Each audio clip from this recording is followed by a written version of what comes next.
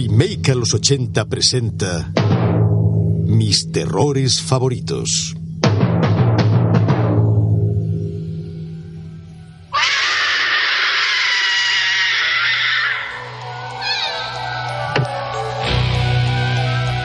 Remaker, ya estamos aquí.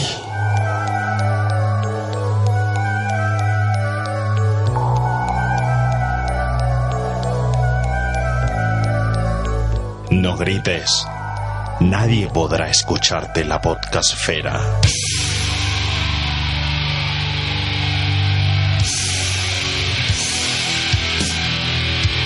Dicen que ya hemos derramado demasiadas palabras inocentes.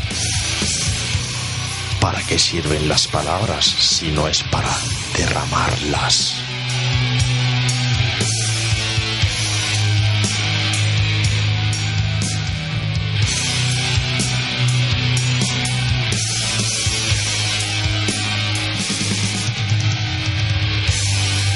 Si después de escuchar esto flotas,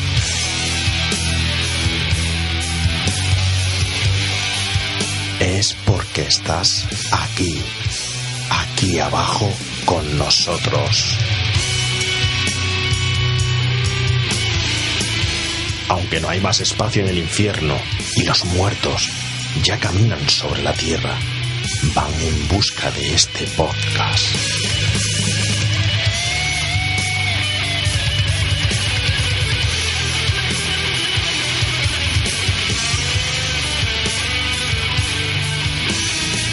Remaker, te advertimos.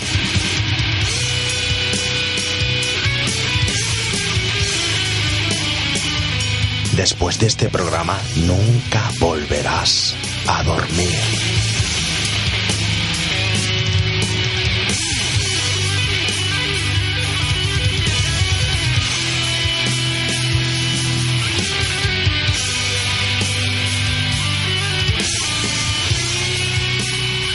Por cierto, bonito día para un podcast.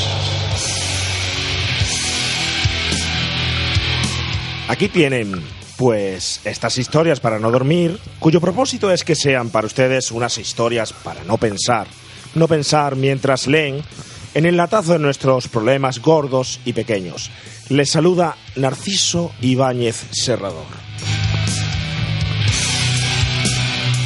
Así presentaba Chicho aquellas historias de culto que abrían la imaginación al fantástico y al terror a muchos jovenzuelos ávidos de experimentar emociones nuevas y de mayores ansiosos por revivirlas fuera de su imaginación y como siempre ellos, desde pequeños, habían soñado.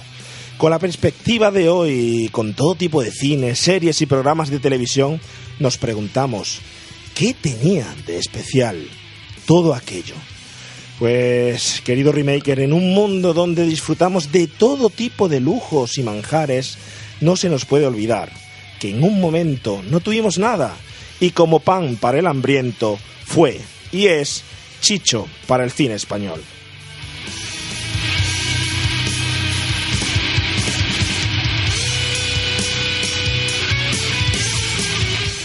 Episodio 10 de estos especiales de Remake a los 80, titulado Mis terrores favoritos. Nos encontramos grabando este programa en la librería de Cine 8:30 en Madrid, hasta donde nos hemos desplazado un servidor, Juan Pablo Videoclusero, y Óscar Cabrera, de Remake a los 80. Óscar, bienvenido a librería 8:30, qué bonita, ¿eh? Sí, preciosa, creo que me la voy a llevar a casa. Entera no, sí. Solo un trocito, ¿vale? No, porque vale. No creo que te quepa en el coche a la vuelta y tal. Vale, corta rollo, de acuerdo. Además, ¿no? ¿Te has pillado ya algún libro? Sí, lo tengo dentro del bolsillo interior del chaquetón. Ten cuidado a ver si te pillan, ¿eh? Ten cuidado. Desde las 8:30 que llevamos aquí, nos dijeron en 8:30, 8:30, pero bueno, y empezamos a las 12:30 pasadas. Esperemos que no se alargue demasiado, ¿eh? Pero estamos en buena compañía, estamos en compañía de el director y escritor Víctor Matellano. Saludos, Víctor, bienvenido. Muy buenas, encantado de estar aquí de nuevo. Qué buen sitio para charlar de Chicho, aquí en librería 8:30, ¿eh? No, aparte es un punto de encuentro que conocemos todos los que nos relacionamos con el cine y siempre o hemos comprado libros aquí o hemos venido a actos, y yo aquí hasta he rodado, o sea, hemos hecho de todo. Hasta has rodado aquí. Bueno, Sí, ahora señor. nos vas a hablar de tus últimos rodajes, tus últimos estrenos, etcétera, porque yo estoy ansioso que nos expliques un poco qué se cuece por ahí desde la última vez que te dejé en el Jaén Fantástico. Que ha pasado ya medio año, ¿eh? Parece que Sí, no. ha pasado. ¿Qué tal está Colin? ¿Ha hablado con él? Sí, pues está muy bien, está en Miami, o sea que está bastante Bueno, me bien. parece que sí. Está bastante bien, sí. Sí, me imagino que sí, pero bueno. También nos acompaña aquí para hablar de Narciso Ibáñez Serrador, pues nada más y nada menos que el actor y director andaluz de allá abajo de nuestra tierra, de un poquito más lejos de Jaén todavía, ¿eh? Te pilla lejos en Madrid, Diego Arjona, bienvenido. Hola, muy buenas, ¿qué tal? Oye, Diego, me vas a perdonar que estoy un poco aquí a tu espalda, pero es para que se te vea un poco... Muy bien, no hay problema. Diego, nos vas a contar ahora tu trabajo conjunto con Víctor, vamos a hablar de Chicho, vamos a hablar de tu cine, que tiene también muchísimo de Chicho, pero yo te tengo que preguntar, porque todos los oyentes friki de aquí del programa quieren saberlo. Yo ayer vi Creed. ¿Tú has visto Creed? Sí, claro, por supuesto. Breve reseña, pequeño, ¿qué te ha parecido? Bueno, buena peli, pero me sorprendió más el primer Creed. Te sorprendió el primero, ¿no? Sí, pero ahí te lo dejo. Por cierto, sí, con tu permiso, Víctor, dice que en 8 y medio has hecho de todo. ¿Puedes especificar qué es todo? No puedo especificarlo. Con esas cosas estás totalmente... Tú sabes que no puedo especificarlo, pero... Bueno, yo era porque soy muy curioso. No, pero lo vamos a dejar en que ha habido momentos muy gratos. Muy bien. Bueno, veo aquí muchísima complicidad entre vosotros, muchísima complicidad. Vamos a ver hasta cuándo se alarga esa complicidad en el programa. Pero antes de ello, con tu permiso, Diego, tengo que preguntarle al señor Víctor Matellano por lo siguiente.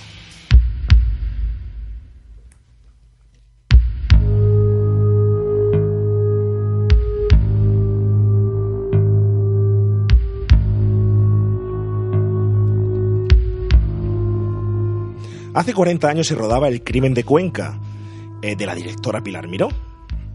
Sería secuestrada militarmente y procesada. Víctor Matellano rueda en 2018 una película documental llamada Regresa el Cepa, donde analiza los cambios que supuso el crimen de Cuenca para la historia y la cinematografía de nuestro país. Esto que suena es la banda sonora de este documental. ¿Por qué no nos cuentas, Víctor, un poco de él, antes de meternos ya en Chicho? ¿Cómo surge esta idea de realizar podemos decir, forma de informar sobre aquello que pasó y está un poco ahí en clandestino todavía, ¿no? Bueno, se ve este año, ¿eh? Se ve este año porque además este año es cuando se cumplen los 40 años de toda esa historia, ¿no? Que por cierto, lo que escuchamos ahora es uno de los temas de la banda sonora, que se llama Grimaldos, y está el compositor aquí, Javier de la Morena, sentado con nosotros. Efectivamente. Está con nosotros en el programa, y además que bueno, le da mucho atmósfera a lo que queremos contar. Bueno, pues hace 40 años se atrevió un productor que era Alfredo Matas, y una directora que era Pilar Miró, a partir de un guión, de una idea de Juan Antonio Porto y un guión de Lola Salvador, contar una historia que había pasado 70 años antes. Unos pastores son acusados de haber matado a un tercero y confiesan su crimen a base de torturas. Entran a la cárcel, están 10 años y cuando salen el muerto aparece vivo. Nunca hubo tal crimen. Eso lo contó hace 40 años Pilar Miró, pero como llevábamos solo 8 meses de constitución, pues claro, era muy potente ver a guardias civiles torturando en una España en la que había pasado en unos meses del antiguo régimen al nuevo régimen, rápidamente. Y aquello, bueno, pues provocó que la película fuera secuestrada, que Pilar Miró fuera procesada, amenazada con un consejo de guerra, porque entonces podíamos ser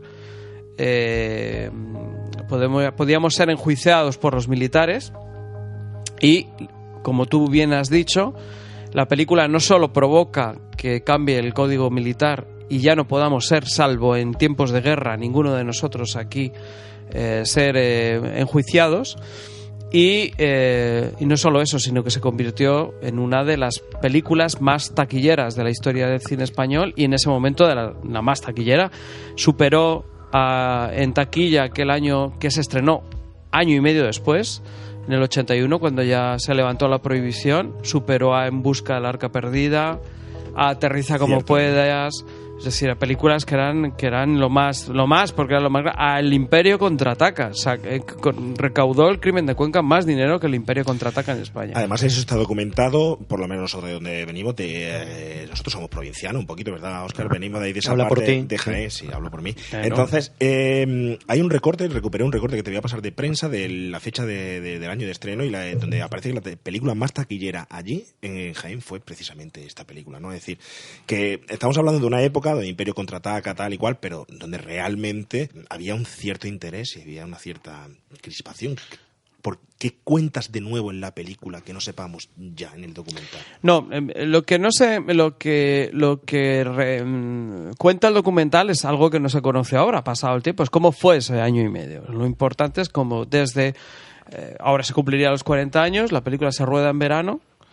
El 13 de diciembre de 1979 se intenta estrenar y ahí es cuando empieza la prohibición. Sobre todo es cómo se produce ese espacio de tiempo entre el 13 de diciembre de 1979 en el que se prohíbe y el 13 de agosto, también un 13 de agosto de 1981 en el que se estrena. Y entre medias el 23F en el que la directora está en todas las listas que se encontraron a ser eliminada al día siguiente, al 23F. La primera que encabezaba las listas era Pilar Miró, porque era la enemiga del Estado, la enemiga de todo. Y ella solo había contado un hecho que estaba aprobado por el Tribunal Supremo, y un hecho que con todo su respeto, porque además hablaba de comportamientos individuales. Lo que pasa que en ese momento se estaban produciendo denuncias de torturas en el País Vasco, un día sí y otro día no. Entonces leyeron, como a veces aquí somos muy mal pensados, leyeron la cosa en esos términos. Y hay que entender, que yo lo cuento del documental, que el clima era de que todos los días moría un guardia civil a manos de ETA. Y eso hay que entenderlo. Eso explica todo por qué se produce. Porque era un momento en el que la policía, el ejército y la Guardia Civil estaban sufriendo bajas constantemente. O sea, era bastante duro. No nos cuentes más, porque No te cuento más. Hay que verla, no hagas más spoiler, pero ¿cuándo la vemos? O, bueno, mejor, ¿cuándo la estrenas? ¿Cuándo, Pues a mitad de año ya se ve. A mitad de año se ve, ¿no? Mitad de año se ve. No podemos contar nada más. Nada más. Sí que te puedo decir que bueno, que salen en la película muchísimas personalidades, tanto la gente que queda todavía, que es afortunada, son muchos, los compañeros que quedan vivos de aquella película, porque bueno, cuando pasa 40 años, pues hay muchos actores que han fallecido, pues ha fallecido Fernando Rey, ha fallecido José Manuel, Daniel Dicenta, pero sí que están en el documental José Manuel Cermino, Guillermo Montesinos, que es el que guía, Héctor Alterio, Mercedes San Pietro, Asunta Serna, los directores generales de la época de cine y personalidades como Diego Galán, como José Bono o como Fernando Lara. Casi nada, pero oye, yo te tengo que decir, a mí me ha flipado otra cosa, un trabajo conjunto entre Diego y tú, que mira, es que tengo que escucharlo, porque nada más que los oyentes escuchen esa voz de Héctor, van a flipar, mira. Así nos ponemos simpáticos. A los cadáveres depositados bajo tierra, en gozosa expectación de un despertar muy diferente, les acaecía aquella apresurada y terrorífica resurrección a base de pico y pala a la luz de una linterna.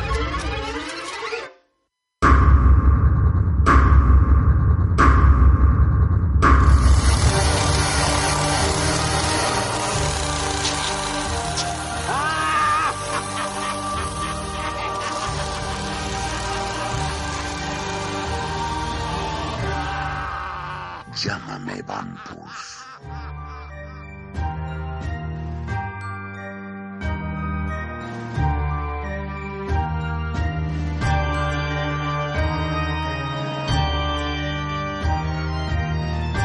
Llámame Vampus, de este año pasado, 2018. Enterrador de día, ladrón de cuerpos por la noche. La historia de un ladrón de cadáveres interpretado por Saturnino García y con Diego Arjona por ahí también al frente. Una producción, bueno, teñida de negro con clara inspiración romántica a la Hammer, con aires, por supuesto, de Ibáñez Serrador, pero influencias sanguinarias que nos recuerdan por esa motosierra La Matanza de Texas y tantas otras. Y un argumento totalmente 100% millennial, de un bloguero. Menuda mezcla habéis hecho ahí, Diego? Víctor, a ver, contadnos un poco esto, ¿qué es exactamente? Sí, lo que sí que te voy a decir antes es lo que es importante, lo de la voz que has dicho. Vamos a hacerle un pequeño homenaje a Héctor. Aparte de decir que también la música es de Javier en este caso, pero Héctor, me dijo Héctor, porque Héctor ya sabéis que ha doblado, pues le conocéis las voces. Y entre los más molones, Terence Hill, que a ti a mí. Schwarzenegger en comando. Y Clint Eastwood y Chuck Norris. Pero lo más importante, me dijo, ¿cómo quieres esto? Y digo, por favor, aquel Darkness, aquel señor de las tinieblas. Qué bueno. de la película Legend, cuando le puso la voz a Tim Curry, aquel Darkness. Bueno. Entonces le dije, por favor, sí, por favor. Ha quedado espectacular. Pero lo hemos pasado bien, ¿verdad? Sí, yo me lo pasé bomba. Un día me llama el amigo Víctor así, con ese tonillo tan de buen rollo que él habla siempre. Arjona, tengo una cosita, te tiene que venir una noche a un cementerio. Y yo, ¿cómo que me estás contando? Digo, bueno, y a mí me falta poco para saltar y decir que sí, pues ya está, ya hablamos un poquito. Me dice, mira, te voy a pasar el guión a ver si tú con tus chistes, tus cosas, a ver si puedes aquí meter algo más. Y ya es que yo ya estaba pensando, me vaya a un cementerio el cabrón este, digo, ¿qué me pasa allí? Como siempre va a los sitios y dice que solo hace de todo, digo, ¿qué me va a hacer en un cementerio? Pero lo pasamos genial. Y a mí me hacía especial ilusión también compartir escena con Saturnino, ¿no? Porque, coño, es un actor muy mítico de nuestra cinematografía. Y el Cementerio de los Ingleses, que es otro lugar muy, con una imagen fabulosa, ¿no? Para rodar cualquier historia y más, bueno, pues lo que quería hacer Víctor, ¿no? Así que bueno, nos fuimos al Cementerio de los Ingleses, lo pasamos genial. ¿Por la noche? ¿Fue por la noche? Sí, hombre, claro, sí. La noche americana no nos gusta rodar, la noche española es la buena. La del frío, la de la lluvia. La lluvia, esa Sí. es la que nosotros... Sí, Bueno, las de estar y tirar en un cementerio a las 4 de la mañana. aquí hay gente del equipo que se está riendo, que está Vicky Vázquez, que también es escritor y guionista, pero ahí vino a apoyarnos a estar escribir y tal, y verdad, ¿no? Que no elegimos además una noche buena, no, una noche que fuera de cementerio, de una noche de cementerio. Sí. Oye, mola mucho eso de meter a un argumento casi clásico, rodada en blanco y negro, pero con un guión donde es un bloguero el que va. ¿Qué es lo que va a hacer? Contarnos un poco. Pues es un blog. ¿Y por qué decides hacerla en blanco y negro? Bueno, esto es un homenaje a los cómics de la época. Los cómics, la mayoría de los cómics que leíamos en los 80, que luego han sido reeditados y demás, pues los Creepy, los Eerie, los Vampirella, algunos venían con color, pero la mayoría eran todos este blanco y negro. Que al amigo David Cortázar, el director de foto, le dije, a ver si consiguiéramos ese contraste de las viñetas y ese tipo de angulación, y yo creo que lo hemos conseguido, y también por los objetivos de formarles en algún momento, y ese es el sentido. Pero ese es el continente, pero el contenido, obviamente, aunque Van Pus sea un personaje que viene como de aquellos tiempos, hay que relacionarlos con lo nuestro. Entonces, la idea era decir, bueno, Van Pus se tiene que cargar a alguien. Entonces, ¿a quién te cargarías? Pues, hombre, lo normal. Pues a un bloguero, youtuber, influencer. Un hipster, por coño, ejemplo, un claro. hipster. No, porque él dice eso, que a los hipsters se los dice, pues, que se los carga, ¿no? Pero sé que ¿quién se cargaría a este hombre? Claro, normal. Además, yo creo, Diego, que te costó hasta casi un mote con Saturnino, ¿no? ¿Tienes una historia por ahí con él? ¿Cuál? A ver, sorpréndeme, ¿no? Me la has contado antes de entrar, esa historia te preguntó a qué te dedicabas. Ah, bueno, pero no, eso A ver, yo voy a saber yo tu vida mejor que tú. Es que eso eso mismo, ¿no? eso fue una parte del guión. Yo no, gracias a Dios no soy influencer ni nada de eso. Yo soy de Algeciras. Eso ya lo dice todo. Ya en las Algeciras decir influencer ya nos cuesta. No, eso fue una parte del guión, que es un chiste que metí, se lo propuse a Víctor y le hice muchas gracias. De hecho, reconozco que ese chiste me ha gustado tanto que me lo queda en mi propio espectáculo. Que vamos hablando y... ¿Eso cómo se cobrará? ¿Cómo se cobrará luego eso? Bueno, eso ya en carnet. Y hay una cosa muy divertida de la historia, es que Saturnino hay una parte que se le escucha su voz en off, sus pensamientos, y otra que habla directamente, ¿no? Y entonces yo voy hablando y yo soy bloguero, youtuber, influencer, y el Leonov dice gilipoller. Sí, qué bueno. Se lo ha incorporado, Diego tiene un espectáculo cojonudo que recomiendo aquí. Con Chibi. Con Chibi, que se llama No soy borde, es que tú eres gilipollas. Fui a verlo el otro día, disfruté como un enano, lo recomiendo a todos, por favor. Estamos en Madrid en Beer Station todos los lunes y un viernes al mes. Digo, ya aprovecho a meter la cuña. Claro. No, de verdad ir a verlo. Y lo ha incorporado y me hizo mucha ilusión el otro día escuchártelo, ¿no? Que bueno, no sé si antes estaba en uno o en otro, pero bueno, está compartido en Vampus, ¿no? Y nuestro Saturnino está ahí está muy potente. Además, Saturnino, que es un señor con una cierta edad ya, estuvo toda la noche absolutamente disciplinado, cansado. Y ya a las 5 de la mañana, que le pesaba al pobre, la motosierra se la arrancábamos, se la dábamos en el momento, ya cansado.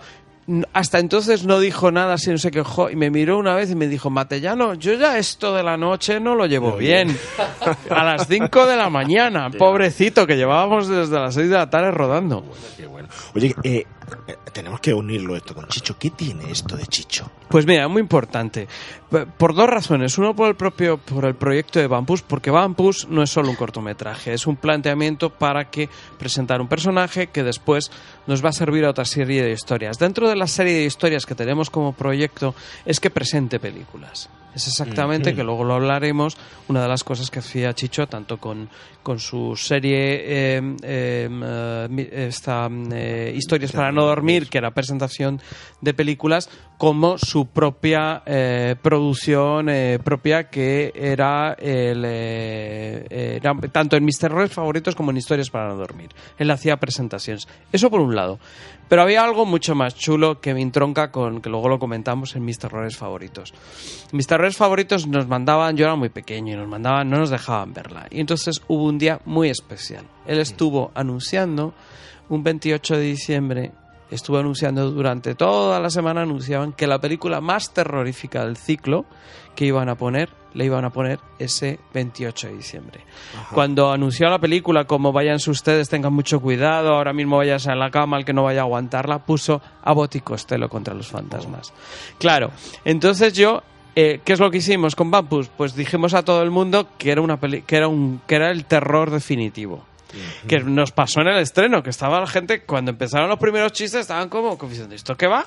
¿Esto de qué va? Y claro, no, efectivamente es una comedia negra. Y esto era un homenaje a Chicho. Bueno. Merecidísimo el Goya de Honor, lo comentaremos.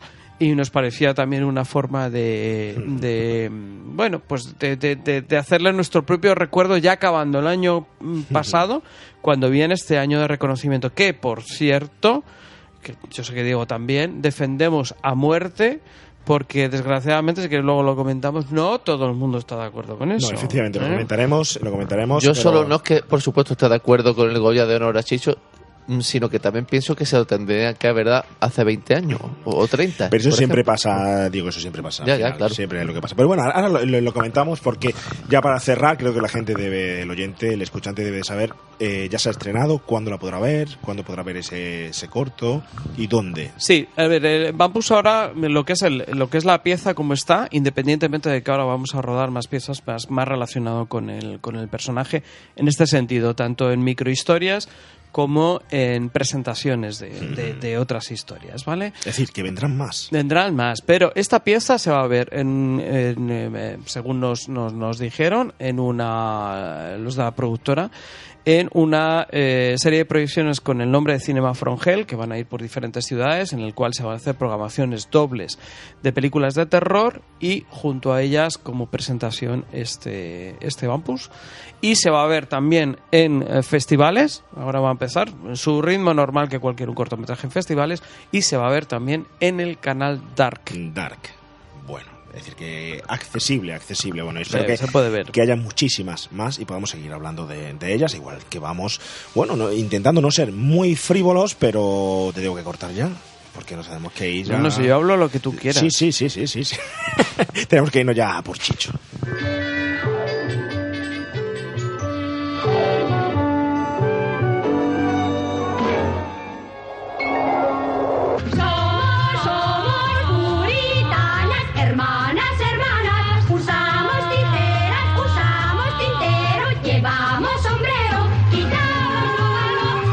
Bueno, esta sintonía que os recuerda historia de la frivolidad, pero bueno, antes de todo esto, de comenzar a hacer ese repaso por series, cine, etcétera, su impronta que ha dejado, que creo que es muy fuerte, porque sinceramente en cierta parte que estáis aquí sentados y vuestras profesiones se debe a eso, y no lo contaréis ahora, nos contarás esos rodajes tan especiales que tienes con Chicho, contarás tu influencia también, Víctor, cómo lo has conocido y tal, pero yo quiero preguntarle a Óscar, que está ahí muy callado, este señor que está muy callado, que es este apoyo, este alivio que tengo yo por aquí, o debo de tener.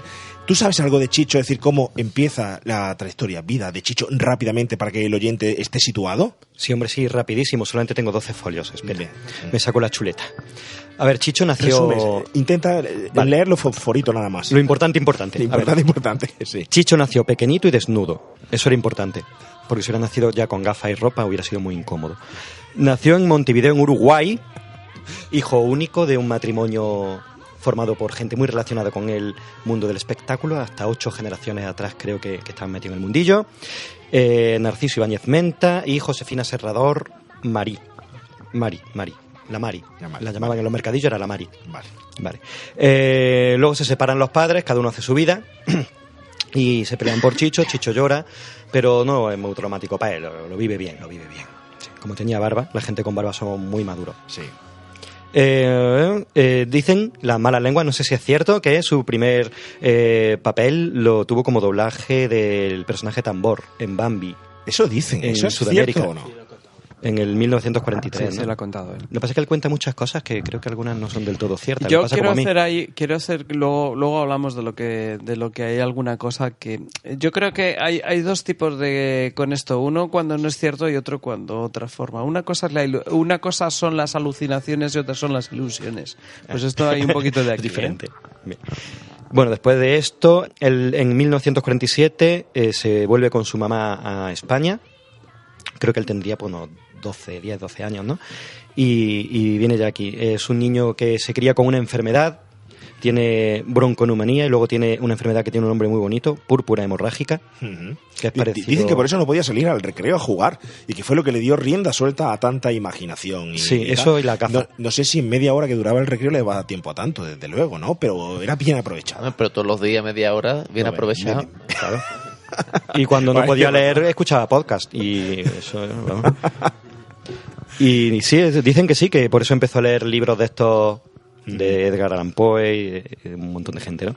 Era un niño tímido, retraído, etcétera, hasta que por lo visto, según cuenta él, llegó un momento de su vida en el que dice o cambio o espabilo, o encima de que tengo gafas, que creo que se las puso de mentirijilla al principio incluso.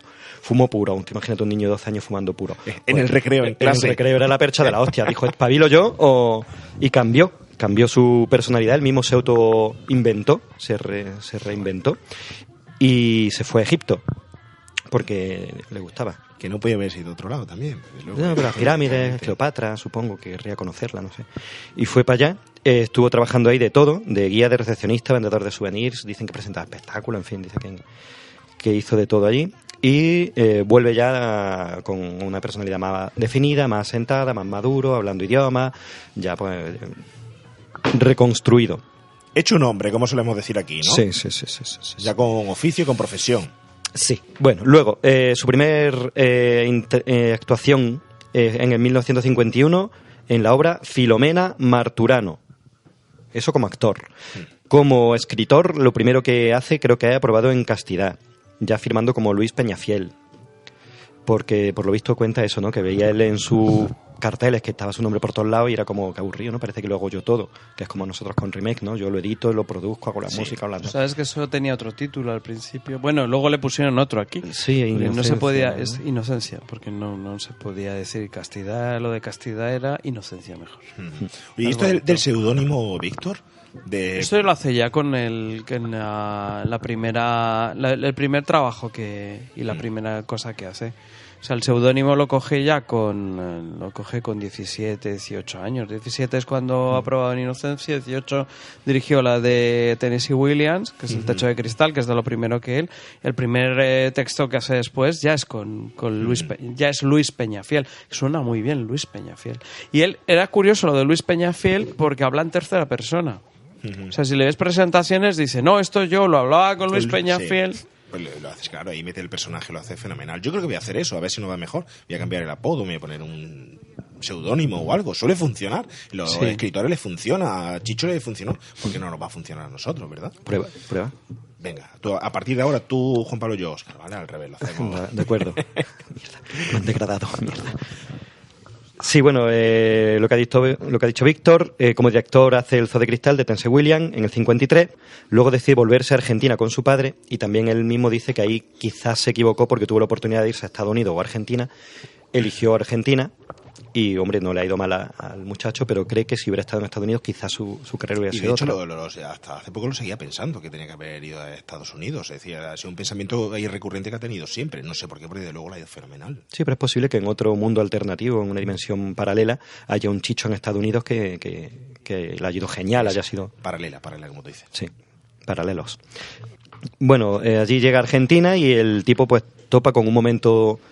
curioso en el que había pocos guionistas, por lo visto, un canal nuevo que aparece, Canal 9. Y allí le dan una oportunidad para escribir guiones. Hizo muchos tipos de programas, Zarzuela de ayer y de hoy, España y su teatro, etcétera. Y ya por fin hace su primer éxito televisivo, Obras maestras del terror, donde escribe los guiones adaptando novelas de los autores que él leía cuando era más pequeño, de Poe, de Robert Louis Stevenson, Leroux, etcétera. Él escribe esto, pero luego su papá lo interpreta y lo dirige. Uh-huh. Ahí tenían bueno, ahora lo veremos, mañana puede ser verdad, la mezcla que tenían uno y otro, ¿no? Pero bueno. Sí, han pasado por distintas etapas. Por lo visto luego se fue a Uruguay, donde no le fue muy bien. Uh-huh. Y no sé más de eso, no le fue bien, ya está. Hasta ahí puedo leer. Tú no estabas allí, ¿no, Pablo? Yo no estaba, no me acuerdo. No lo cuenta, le pregunta, oye, tío, ¿por qué te fue mal en Uruguay? Y tose, carraspea y se va. Entonces no. Luego en Argentina se reencuentra con su madre y hace ya lo de Aprobado en Inocencia o en Castidad, ya la estrena y también le supone un éxito. Luego hace Cuentos para mayores, otra serie de los premios Nobel, etcétera, etcétera. Ya en el 61 hace junto a su padre Mañana puede ser verdad. Para Canal 7. Bueno, hemos llegado. No, pero hemos llegado a la Argentina, luego está la española. Ah, venga. En esta no te pares, que esta no importa, fue allí muy lejos. Pues venga, vamos a acelerar, venga. Venga. Y ya se viene para España. Se vuelve a España. Ha llegado a España, ¿no? Ya viene a España. En el 63. Que ese episodio, él vuelve con su carpeta debajo del brazo, con sus proyectos y los presenta allí en Televisión Española. Y ese episodio viene muy bien relatado de forma muy fidedigna en la serie El Ministerio del Tiempo, en el capítulo 34. Al final de la tercera temporada sale perfectamente verídico. Pues yo no he llegado yo a ese episodio todavía y ahí lo cuenta. Sí, ahí sale él. Muy gracioso. ¿Lo habéis visto alguno? ¿No habéis visto el episodio ese, El Ministerio del Tiempo, donde lo cuenta? No he llegado. No ha llegado todavía. Está ahí 34 episodios viajando en el tiempo por un túnel para arriba o para abajo, pues... Son puertas, ¿no?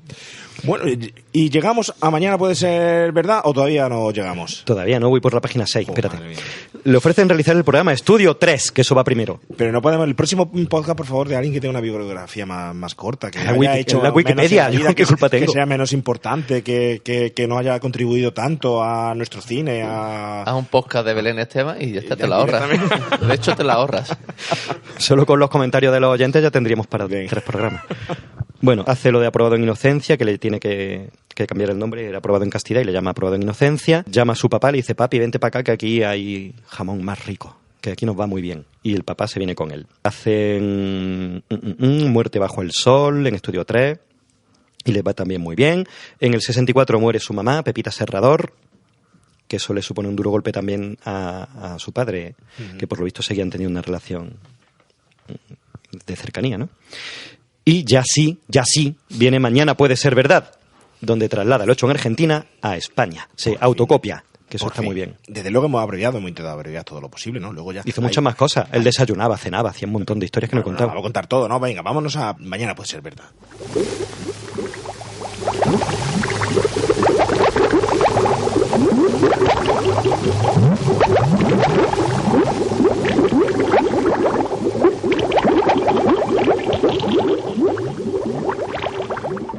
Se trata de una historia simple, pero extraña.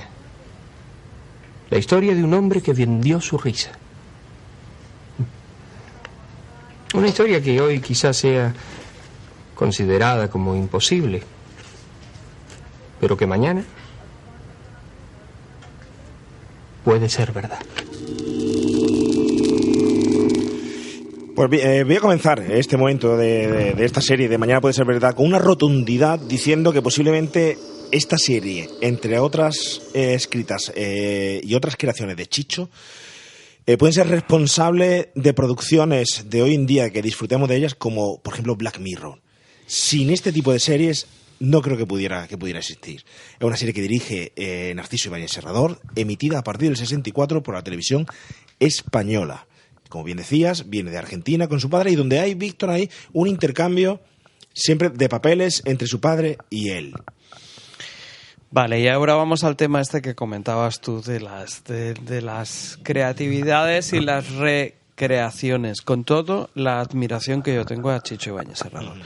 Lo que Narciso ha hecho siempre muy bien es estar muy atento a lo que había afuera y de alguna manera redactarlo, porque claro, tenemos que ponernos en 1964 en España. 1964 es mañana, podría ser verdad.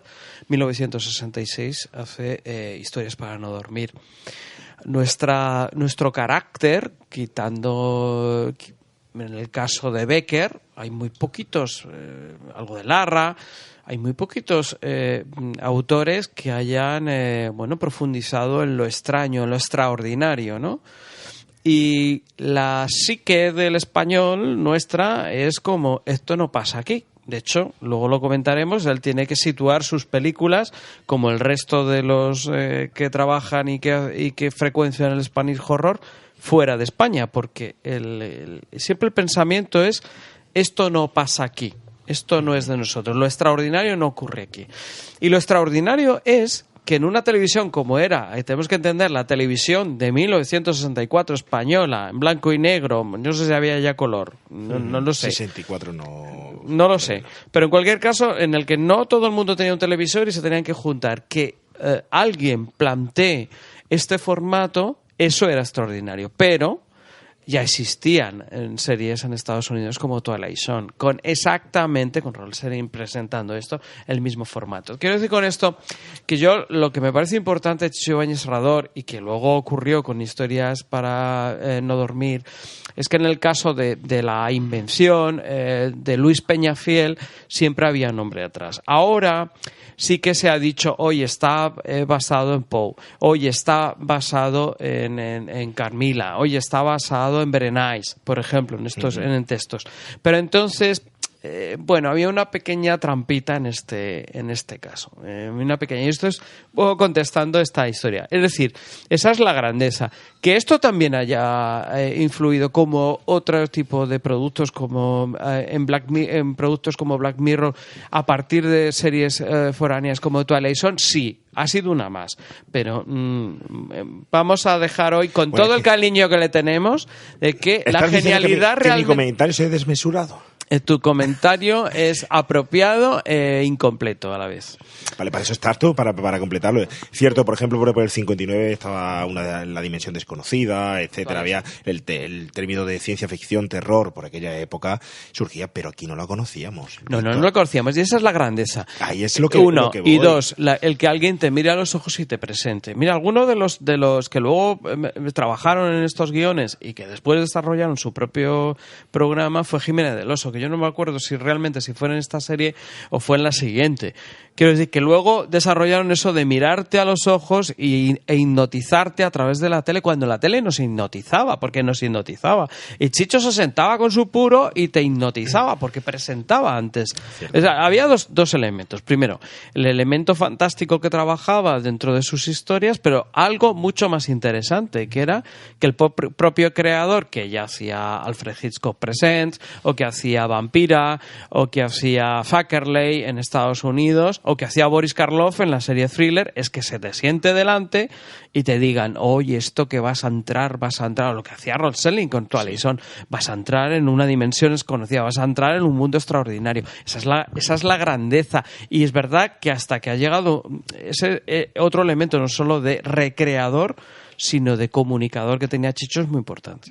También aprovechando un poco ese puntito de inocencia que tenía el espectador de aquella época, porque yo sinceramente lo echo mucho de menos. El que tú pongas la tele ya muy pocas cosas te sorprendan, te gustarán más o menos, pero que te capten, que te hipnoticen, que jueguen un poco con tu desconocimiento de ciertos temas, ya eso es muy, muy, muy difícil, por no decir imposible. Y lo que tú dices, Víctor, es que en aquella época este señor se sentaba, te miraba y tú era como que, pues sí, si lo dice él será, claro. Sí, yo siempre diré que es el primer podcaster de la historia. Realmente él, lo que tú dices, se sentaba, hablaba y le hablaba al espectador. Algo y presentaba el producto, algo que hasta ahora no nos hemos atrevido todos a hacerlo con el tema de las redes sociales y con nuestros Instagram y tal, ¿no? Y bueno, si este señor no lo hubiera hecho en su momento, no sé si por parte de quién hubiera venido, ¿no?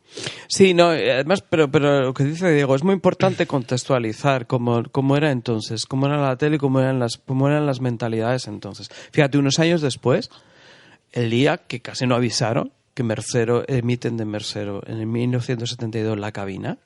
¿Se recuerdan cómo esa semana la gente en las pescaderías, en las fruterías, estaban en shock al día siguiente?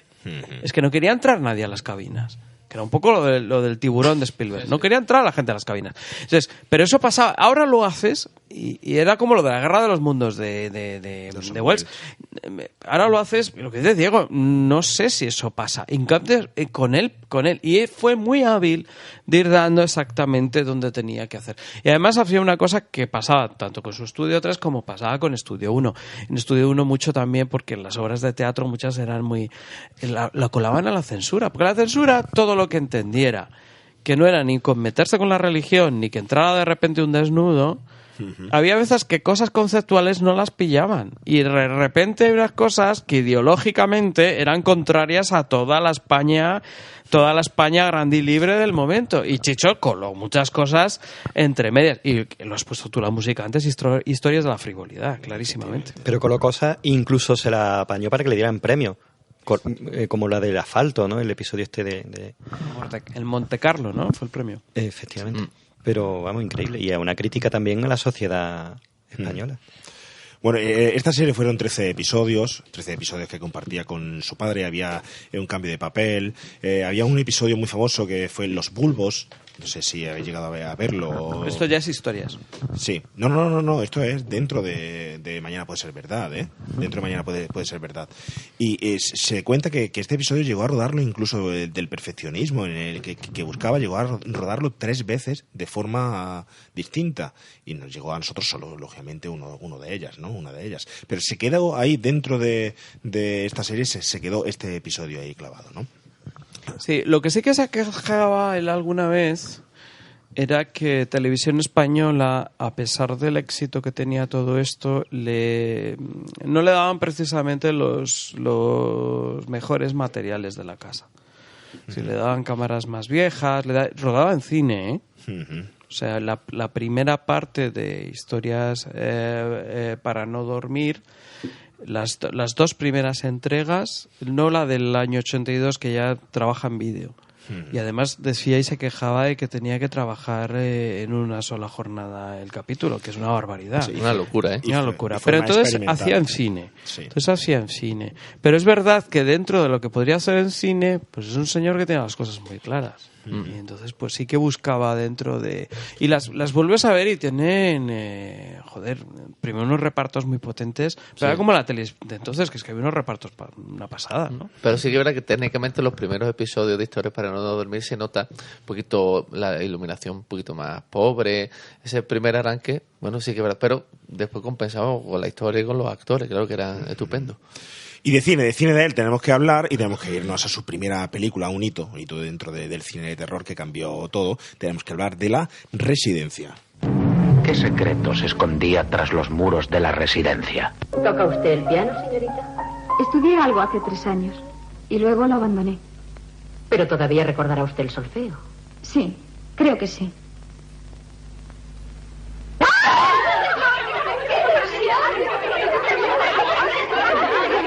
¿También esto era de tu madre?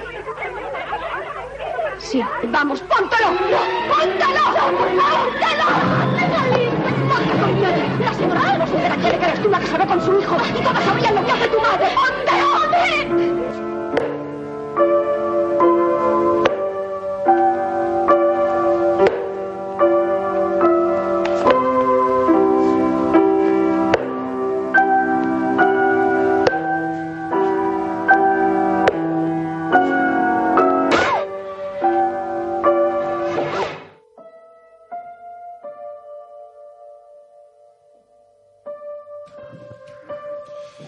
Pues en La Residencia, una producción de Anabel Films, dirigida por Narciso Ibáñez Serrador, guión de Luis Peñafiel, basada en una historia de Juan Tebar, director de fotografía Manuel Berenguer, director de producción Manuel Pérez, música de Eduardo de los Ríos. Y La Residencia, una de las películas más taquilleras de todos los tiempos en España. Tras casi un año en la cartelera, logra más de 3 millones de espectadores y recauda 750.000 de los euros de la época. Y todavía hoy en día se sitúa entre las producciones españolas más vistas de la historia del cine. Basada en la historia de Juan Tebar, el guión está firmado por Luis Peñafiel, contó con uno de los presupuestos más altos de la época de nuestro cine.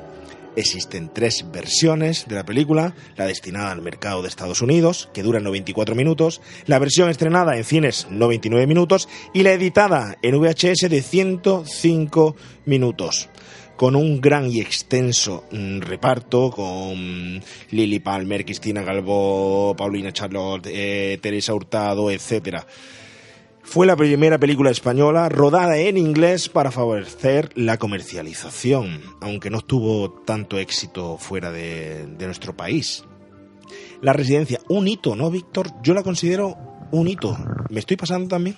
No, hombre, es una maravilla. Juan Pablo, has dicho que recaudó 700.000 euros de la época, porque todo el mundo sabe que en los años 60 en España estaba el euro, después volvió la peseta y claro, la peseta no cuajó y volvimos al euro.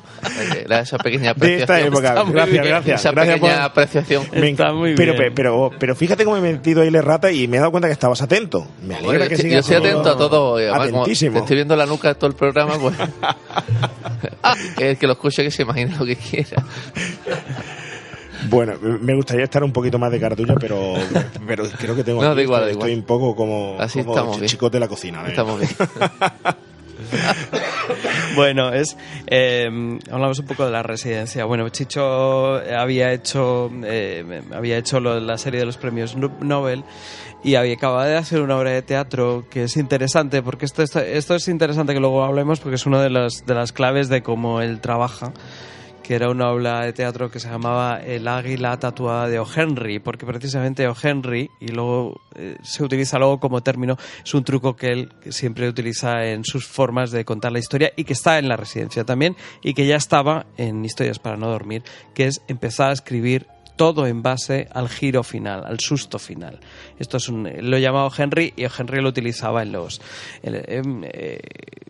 quizá por sus obras de teatro, quizá por sus series. Esta gente de Anabel Films, que nunca se ha sabido claramente quién son, pues le dan 30 kilos de la época para hacer esto, 30 millones de pesetas. Cuando las ¿De las nuevas o de las viejas? De las viejas. Cuando Polnachi tenía 6 para hacer La noche de Valpurgis. O sea, de repente, o esas. Y a él le dan 30 millones. Por eso, Ramiro Gómez a los decorados. Por eso, May Velasco como ayudante de dirección. Inicialmente, esto os quiero contar, en las dos películas hay una anécdota de superstición en cada una de ellas. Esto sí que lo quería comentar hoy. Godofredo Pacheco, que era un gran director de fotografía, comienza la fotografía de la película. La comienza él y era un tío muy solvente. Ruedan en los estudios Roma, porque salvo los exteriores de comillas, todos son decorados de Ramiro Gómez. Y Juan Botas, que era el jefe entonces de los estudios Roma. Los estudios Roma son los actuales Telecinco. Se rodó en el plató grande donde se hacen ahora las cosas, más grande de Telecinco. Se hizo ahí La Residencia. Pues Juan Botas, por una cosa de modernidad, que le dice cuando entran el primer día a rodar: mira, Chicho, cómo he puesto toda la oficina, todo. Mira qué moderno soy. Hay mobiliario nuevo y lo he pintado todo de amarillo. Bueno, supersticioso eso, ¿no? Muy. Chicho es muy supersticioso. Todo de amarillo. Muy supersticioso. Lo veo venir. Entonces ruedan los 3 primeros días y se vela todo. No se ve nada. Entonces, por la cuestión de la superstición, al 4.º día que no funcionan las cosas, echan a Pacheco, que era un gran director de fotografía, y así es como entra Berenguer, que había hecho Doctor Zivago.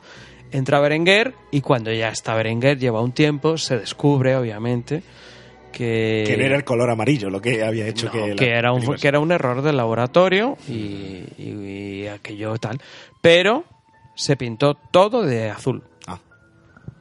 Provocó la cosa pintarlo todo de azul. Mira, hablando que hace un momento hablábamos de cómo Chicho se la colaba la censura muchas veces, una escena en la que la chica de la peli está en las duchas, la censura prohibió que salieran desnudas y dijo: Chicho, no te preocupes, le pongo los camisones, con esos camisones mojados va a aparecer un concurso de camiseta mojada que da mucho más morbo todavía. Y la censura dijo: sí, yo creo que la censura eran unos cachondos, yo creo que buscaban eso, ¿sabes? Que le diera más morbo de lo que realmente. Una chica desnuda, no, en camiseta mojada, mejor. Yo creo que iba por ahí. Mire, yo tengo datos de eso. Mira, por ejemplo, el 21 de octubre del 68, la gerente de Annabelle Field presenta el guión para la censura y recibe, por la parte de comisión, el 30 de octubre del 68 recibe la respuesta. Y las respuestas fueron las siguientes: cuidar las escenas de castigo corporal a Catalina, tanto en la imagen de los latigazos como en los gestos de las que presencian o infringen el castigo. 2. Cuidar la imagen de degollamientos sucedidos donde no debe haber frunción, mal y mal gusto. Cuidar que Irene y sus amigas no manifiesten, tal como se desprende del guión, ninguna clase de perversión sexual, lesbianismo, sadismo, etc. En la escena de la ducha, Catalina deberá hacerlo vestida igual que los demás, cuidando la ducha de todos a pesar de los camisones. ¿Has visto, no? Casi nada, la censura del momento, pero a pesar de ello... Pero lo calenturiento estaba en aquellas cabecitas. Claro. Es que si no... yo creo que es irremediable de si hablar de lo calenturiento de esta película, de irnos a la escena, famosa escena, cuando están todas cosiendo y esperando por turnos para acostarse con Enrique, si se llama el chico. Era bastante feo, por cierto. Sí, pero era un triunfador. Era el único. Tú sé como Enrique. En el país de los ciegos, el tuerto del rey. Claro. Era lo único que había. Pero esa escena es brutal. No, es maravilloso porque está al ritmo de la música. Lo explicamos para si alguien no la recuerda. Enrique llega una vez al mes a traer la leña y lo mete a la leñera. Nunca mejor dicho. Va a repartir leña. Las alumnas se turnan para bajar. Siempre una tiene que bajar a ayudar. Y eso llevan por riguroso turno porque Enrique no solo mete la leña. Entonces, la secuencia, ellos llegan al pajar, tú ya no vuelves a ver más que se están besando y demás, y la va montando con una clase de costura en la que vemos cómo se enhebra todo el tiempo la aguja, el hilo, cada vez más deprisa, hasta que en el momento en el que vemos la cara de goce de la chica en el pajar que grita, una de ellas se pincha con la aguja y le sale una gotita de sangre. Muy sutil todo. Todo muy sutil, pero vamos. Y la censura no se dio cuenta. Nada. Dijo, muy bien, esto está muy bien. No, porque no se veía pecho, no se veía movimiento, pues ya está. Que es una aguja. Maravilloso, perfectamente montado. Los gestos están, las actrices en ese momento están todas maravillosas. Oye, ¿cuál creéis vosotros, Diego, que fue la clave del éxito de esta película? Su proyección hacia afuera, hacerla en inglés, el guión tan sumamente diferente que Chicho realizó por la forma de entender el terror tan sutil, el mito de Frankenstein metido dentro de la película cuando el Frankenstein de Mary Shelley todavía no estaba tan en auge como hoy en día. ¿Cuál fue la clave de algo tan rico en el cine que nos dejó Chicho aquí? Pues exactamente no lo sé, porque además como los gustos de los espectadores muchas veces son tan impredecibles, uno no sabe, ¿no? Lo que parece una fórmula segura fracasa, lo que parece que no va a triunfar es un éxito sin parangón, ¿no? Pues no lo sé, pero sí que es verdad que ya en aquella época, bueno, sí que había el fantaterror español ya había algo por ahí, ¿no? Que estaba Polnachi, había ya cierto run ahí y Chicho también tenía ya también cierta fama en televisión, ¿no? Entonces, bueno, yo creo que todo eso pues influyó en que el público fuera y es que además es una gran película, ¿no? Porque si dice, bueno, tío, es que le dieron 30 millones para rodarla, pero la película era un bluff. Pero es que es una gran película, muy hammeriana, que también el cine Hammer aquí en España también ha tenido mucha acogida, sobre todo en aquella época, ¿no? Entonces, bueno, pues yo creo que todos esos factores y algunos más que seguramente yo no sepa, pues dieron para que la película fuera un éxito, no entonces, sino hoy día también, ¿no? Y pasaría a lo mejor también, perdona Juan Pablo, como nos pasa hoy en día, ¿no? Que hay mucha gente que es como... es que película más chula, no parece española, ¿no? Y ya desde aquella época muchos intentaban ofrecer una imagen en la película que no pareciera los típicos temas de España, ni los actores, ni el idioma, etcétera, ¿no? No sé. Sí, además Víctor hace lo mismo en sus rodajes. Graba todo en inglés. Sí. Sí, Van Puss también. También, Van Puss también habla en inglés. No, además hay dos elementos que son interesantes, que es lo que le han hecho, además, que la película no envejezca, ¿no? La gente esperaba de Chicho que iba a hacer algo como innovador, como muy lanzado, y precisamente él rueda la película como la rodaría Hitchcock, con una elegancia tremenda. Todos los momentos en los que hay texto y demás, lo que hace es que mueve muy despacio la grúa, el travelling, y luego innovador sí en los crímenes y en los planos cortos y demás. Ese es una primera cosa, ¿no? Que está bien. Pero luego hay otro elemento más, y es que, claro, como secuencias como la que hemos contado, es que la película soterradamente, y te das cuenta, está hablando de lesbianismo, está hablando de una relación de amor en el fondo entre una madre y un hijo, con ese toque de psicosis, de aquella frase de Norman Bates de el mejor amigo de un chico es su madre. Esto se lleva a la N potencia, ¿no? Y hay un punto de morbo en toda la película que yo creo que, claro, los españoles... ayer lo recordaba porque pasé por la puerta del cine Roxia, que es donde se estrenó ahí en Fuencarral, ¿no? Que ahora está cerrado, lamentablemente. Fíjate, en el Rosy Bebillo, la reposición del Mago de Oz en su día. Y decía, ¿me imagino esto? La estrenaron en enero del 70. En enero del 70, imaginaros la gente de española en enero del 70 haciendo cola aquí para ver cómo se daban aquellos latigazos y se humedecían los labios cuando se daban los latigazos. Y el niño le daba besos en la boca a su madre, que era... Sí, sí. Estaban arriesgando un poquito, ¿eh? Sí, tenemos un concepto ya mucho más abierto. Hoy en día cuesta, ¿eh? Pero es que yo creo que también lo que hablamos hace un rato, ¿no? Ese punto de inocencia del espectador, es que eso yo creo que mucha gente no lo pillaba. Entonces tú lo ves hoy día y con el código actual y dice lo que está comentando Víctor, ¿no? Claro, todas esas cosas que Chicho nos iba colando poco a poco, ¿no? Ese punto de inocencia que es que nadie, yo creo que era, excepto los señores de la censura, nadie era capaz de pensar que te estaban contando eso, ¿no? Ahí entre líneas, ¿no? Que la grandeza de que te cuenten una historia así, claro. Y tenían dobles sentidos, es decir, se habla también de que esta película tiene cierta carga social, cierta carga política del momento, o es simplemente lo que quiere contar una historia de terror con mucho morbo. Yo creo que iba más por esto segundo, ¿eh? Yo creo que no tenía tantas lecturas. Pero se ha hablado mucho de ella en eso, ¿no? Por el tema de censura y tal, pero... Sí, no, pero iba más por este lado. Yo creo que sí. No sé, por lo menos yo no detecto esa lectura política porque no... Yo creo que el puntillo morboso, que es lo que le ponía... Oye, digo, ¿y ese puntillo morboso a ti te llega en tu cine, en tus propias producciones? Bueno, es curioso ¿El porque... punto de Chicho ahí? Por ejemplo, yo hasta hace relativamente poco he hecho historias muy, muy separadas de lo que hacía Chicho, ¿no? Pero en El Tutor, en mi peli El Tutor, que está basada en 7 historias cortas, ¿no? Que, bueno, tienen un punto en común y tal. Sí que hay en dos, quizás 3 de las historias, es un puntillo con ese... No ya tan soterrado, mucho más transparente, más directo, ¿no? Porque creo que estamos en otro momento. Pero sí que hay una de las historias trata de 2 amigas que hacen 25 años que no se ven desde el cole. Y cuando pasan por su antiguo colegio, que está abandonado y hace muchos años que se cerró, ellas saltan las murallas, se escuelan y surge una historia entre las dos que ni siquiera eran conscientes de que existía, ¿no? Y surge en ese cole, recordando un momento en el que una de las dos pintó algo en la pizarra por la que fue castigada, ¿no? Y sí que existe ese puntillo, ¿no? De esto que estamos comentando de la residencia quizás, pero como te comento, mucho más directo y ya, bueno, pues sin ningún tipo de tapujo y abierto de cara al público, ¿no? Cuéntanos, ¿tú has conocido a Chicho? Yo conozco a Chicho, mira, le conocí hace 20 años por primera vez, que fue a Algeciras, que le dieron un homenaje. Tuve la enorme suerte de asistir a la proyección de La Residencia. Y de que fuera, porque Algeciras está lejos, ¿eh? Sí, bueno, a mí me pillaba cerca, porque yo soy de allí. A mí me pillaba, como dice, ¿qué lejos está Japón? Bueno, sí. Menos para los japoneses, claro, que están allí. Y tuve la suerte de ver La Residencia en pantalla grande. La había visto en televisión previamente, pero verla en cine pues me hizo ilusión. Él después dio una charla y posteriormente se quedó en petit comité con una serie de personas. Yo fui uno de ellos que nos contó anécdotas y tal.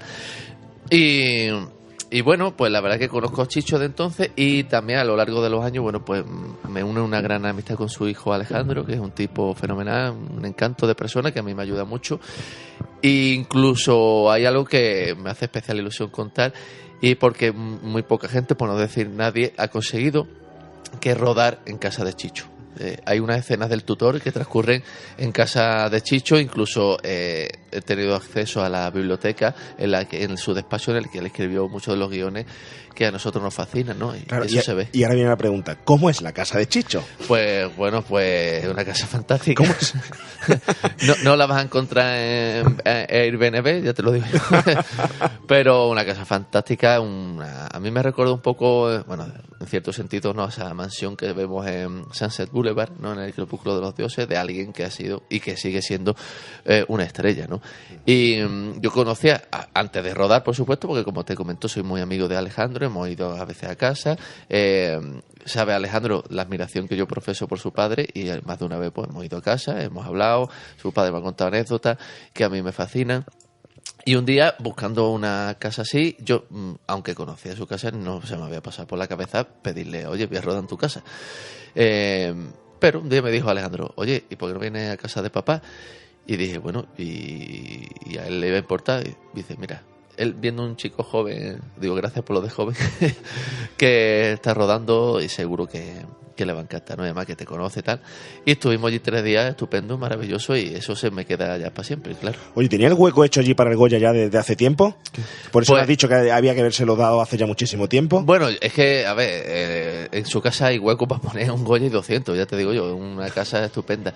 Pero es que no solo con Chicho, es que no sé por qué, o los Goya, o los Oscars, ¿no?, honoríficos, porque tiene que esperar a que la persona sí cumpla 200 años. A ver, no es importante ya lo que ha hecho. O sea, no te digo que le den un Goya honorífico a alguien con 30 años. Pero Chicho, que bueno, que ya lleva unos años retirado un poco del mundo audiovisual y tal, hace perfectamente 20 años se lo podían haber dado, ¿sabes? Porque la obra de Chicho ya estaba ahí y desde entonces no ha hecho nada más, ¿no? Entonces yo creo que este tipo de cosas está muy bien que se te reconozca, ¿no? Como a Jesús Franco, bueno, como a tantos otros, ¿no? Pero tan tarde que tiene que esperar, ¿no? Es como, bueno, parece que ya sí, como ya, bueno, aunque suene mal, ¿no?, está más fina su vida, ¿no? Pues porque se vaya con un Goya. Pues mire usted, porque eso lo da antes y que lo disfrute más, ¿no? Digo yo por ejemplo, ya estoy preparado para recibir el mío. En cualquier momento, de aquí lanzo yo el guante. Pues eso es, que yo he pillado perfectamente la indirecta de Diego a la Academia del Cine. Que no se esperen a que sea ya viejecito y que vuelva a Algeciras para darle el Goya. Sí, bueno, mira, a mí con que me produzca una peli yo tengo suficiente. Ya, el Goya a Víctor. Ya. Y Víctor, volvemos a Víctor. Víctor, ¿tú has conocido a Chicho? Sí, lo que pasa que Chicho yo no lo he frecuentado tanto, ni como el caso de Polnachi, que era una persona que, bueno, que somos amigos de vernos semanalmente, o como José Ramón Larraz, o como Jesús Franco. Es decir, trabajé con estos 3, y yo con Chicho sí que no he tenido la suerte de trabajar. Pero mira, a Chicho yo, después reflexionando cuando venía aquí, le debo bastante, pero mucho de lo que hago ahora. Y te digo por qué. Yo era muy cani cuando hice mis terrores favoritos. Te mandaban a casa, porque las películas de mis terrores favoritos casi todas eran de 18 años, y las de 14 tampoco. Y entonces me mandaban a la cama. Intentaba alguna vez ver a través de la puerta, pero aún así no se conseguía. Pero había en mi calle, en mi barrio, había un chico que tenía un nombre curioso, que era Encarnación de Jesús. Encarna. Y entonces Encarna, este chico, que era un poquito más mayor, sí que veía las películas. Veía las películas y me las contaba al día siguiente. Y al día siguiente yo lo que hacía es que para no olvidarlas las escribía. Con lo cual tengo, por ejemplo, que lo guardo todavía escrito, La noche de Valpurgis, según el teléfono escacharrado, porque claro, era lo que él había visto, lo que él me contaba, y luego yo lo que recordaba por la tarde para escribirlo. Pero de ahí me viene, una de las aficiones de los monstruos y de empezar con esta historia me viene de ahí. Esto se lo conté a Chicho cuando le conozco personalmente, la primera vez, que fue hace justo ahora 10 años, porque fue en Alicante, en el 2009, en el festival que se dedicó al terror. Y yo estaba con Polnachi. Y estuvimos una cena juntos y luego aproveché, le di el libro de Spanish Horror y aproveché toda la sobremesa para estar sentado. Él ya estaba enfermo, porque él ya lleva enfermo todos estos años, o sea, ya estaba en la silla, pero muy vital, muy bien, como está ahora, pues con su cabeza completamente inteligente. Y bueno, pues como ha contado Diego, es que conversar con él era que sí que no es un tipo. Fíjate, es curioso lo de Chicho. No es un tipo que haga un conjunto de frases muy largas, sino que te da como titulares. Es un señor que habla en titulares. O sea, que lo poco que te habla te está dando como píldoras y regalos, porque tiene, claro, es de esa gente que tiene una brillantez. Después, la última vez que lo he visto ha sido justo hace 2 años en Nocturna, donde propiciamos con el túnel del terror la foto esa tan famosa que ha circulado por todas partes, que tiene con los monstruos, ¿no? Con aquí, ¿no? Entonces, por ahí viene, ¿no? Y bueno, pues estaba muy cariñoso cuando le cogí la mano y le dije, maestro, todo esto es más que merecido, ¿no? Estaba emocionado. Es que ha creado una impronta impresionante. Es que además ha visto con la reedición esta de 39 escalones de Historias para no dormir, que ha sido todo un éxito, ¿no? Sí, además había una cosa que hay que explicar con todo esto que estamos diciendo. Se sabe más o menos por los listados que hay qué películas eran. O sea, siempre hablo de películas, aunque sean Historias para no dormir, ellos entonces lo llamaban programas, igual que se llamaba Programa a la cabina, pero ahora nosotros lo llamaríamos largometrajes de televisión, porque eran como TV movies eran realmente. Se han perdido muchísimas, porque ocurre algo que es un poco fuerte contarlo, pero bueno, es que es así. Televisión española ha habido durante muchísimo tiempo que no había ningún tipo de control, que si a alguien le apetecía agarrarse los que estaban ya pasados, un rollo de película, porque algunos no estaban pasados ni a Betacán y eran solo rollos de 16 milímetros, o se agarraba un Betacán y que era como lo de la biblioteca no devolver los libros. O sea, hay cosas de estas que se han perdido en este tiempo, es así, y no todo lo que ha llegado es todo lo que hay. Pero fijaros que incluso con lo que estamos viendo, el valor que tiene, ¿no? Sí que están, obviamente, las del año 82, porque esas se han controlado mejor, pero las del año, todo lo suyo del año 64, año 66, todo lo que hace, pues en el Estudio 3, lo de los Nobel y tal, se ha perdido la mayoría del material. Ahora, merece la pena en esta edición de 39 escalones volverlas a ver.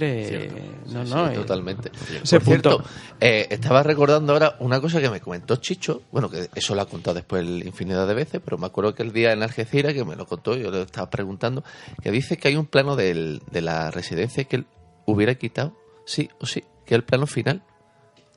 Yo creo que se puede hacer spoiler ya a esta altura, ¿no? Sí. El plano del niño muerto, ¿no? La cara. Dice que eso lo hubiera quitado sí o sí, pero que ya la película quedó así, que no le gusta nada, que lo hubiera dejado más con el misterio, ¿no? De cómo está el niño y tal y cual, ¿no? Pero es curioso como incluso, y después de tantos años él sigue con ese run, ¿no? De yo esto porque no lo he quitado, porque no lo he quitado, y me llamó mucho la atención, ¿no? Que él lo tenía como ahí muy en su interior ahí clavado, ¿no? Quería dejarlo subjetivo totalmente, es decir, que no hubiera aparecido en ningún momento, ¿no? Que no hubiéramos hecho nosotros nuestra propia historia, aunque yo creo que ya conforme lo narra, te la haces. Totalmente, claro. Y ese es el ejemplo que decíamos antes de lo Henry, ¿no? De dar la vuelta atrás, porque el cuento, Dulce y queridísima mamá de Juan Tebar, es exclusivamente el final de la película. Él está recordando sensaciones de cómo las ha ido matando, pero solo ese trocito. Y él coge ese trocito, que es el final, y construye toda la historia de sadismo, de la relación de la madre con el hijo, lo construye todo a partir de ahí, ¿no? Que es maravilloso. Que voy a hacer una cosa para daros un poquito de envidia. Venga, ¿vale? Venga, ya estamos con tu... Venga, Víctor, venga. Venga, un poco de coleccionismo. Tengo uno de los guiones de rodaje de la película y tengo... Original. Y tengo uno de los dibujos de Ramiro Gómez del decorado de la residencia. Qué maravilla. ¿Y por qué no te lo has traído? Porque lo viéramos. Porque nosotros hemos traído tus libros, ¿eh? Sí, que hemos traído tus libros por aquí, que tenemos tus libros. Mira. Pero libros por cierto. Pero está bien que tengas eso, está bien que te culturices, está bien. Sí, viene bien, ¿no? Por eso le voy a pedir a Diego perdón. que por favor, que tiene una deuda conmigo. Sí, es verdad, y se me olvidó traértelo. ese libro. Los brazos. fuertes de la región. Es verdad. Es que no me la has recordado tú. No, pero es que esas cosas no hay que ir recordándolas. Sí, debería. Conociéndome debería. Ahora te compra uno aquí en la librería. Y que me lo... Sí. No, bueno, que lo compre él, ¿no? Que me... No, yo no. Déjate. Bueno, déjate y vamos a otra historia porque tenemos que pasar a historias para no dormir.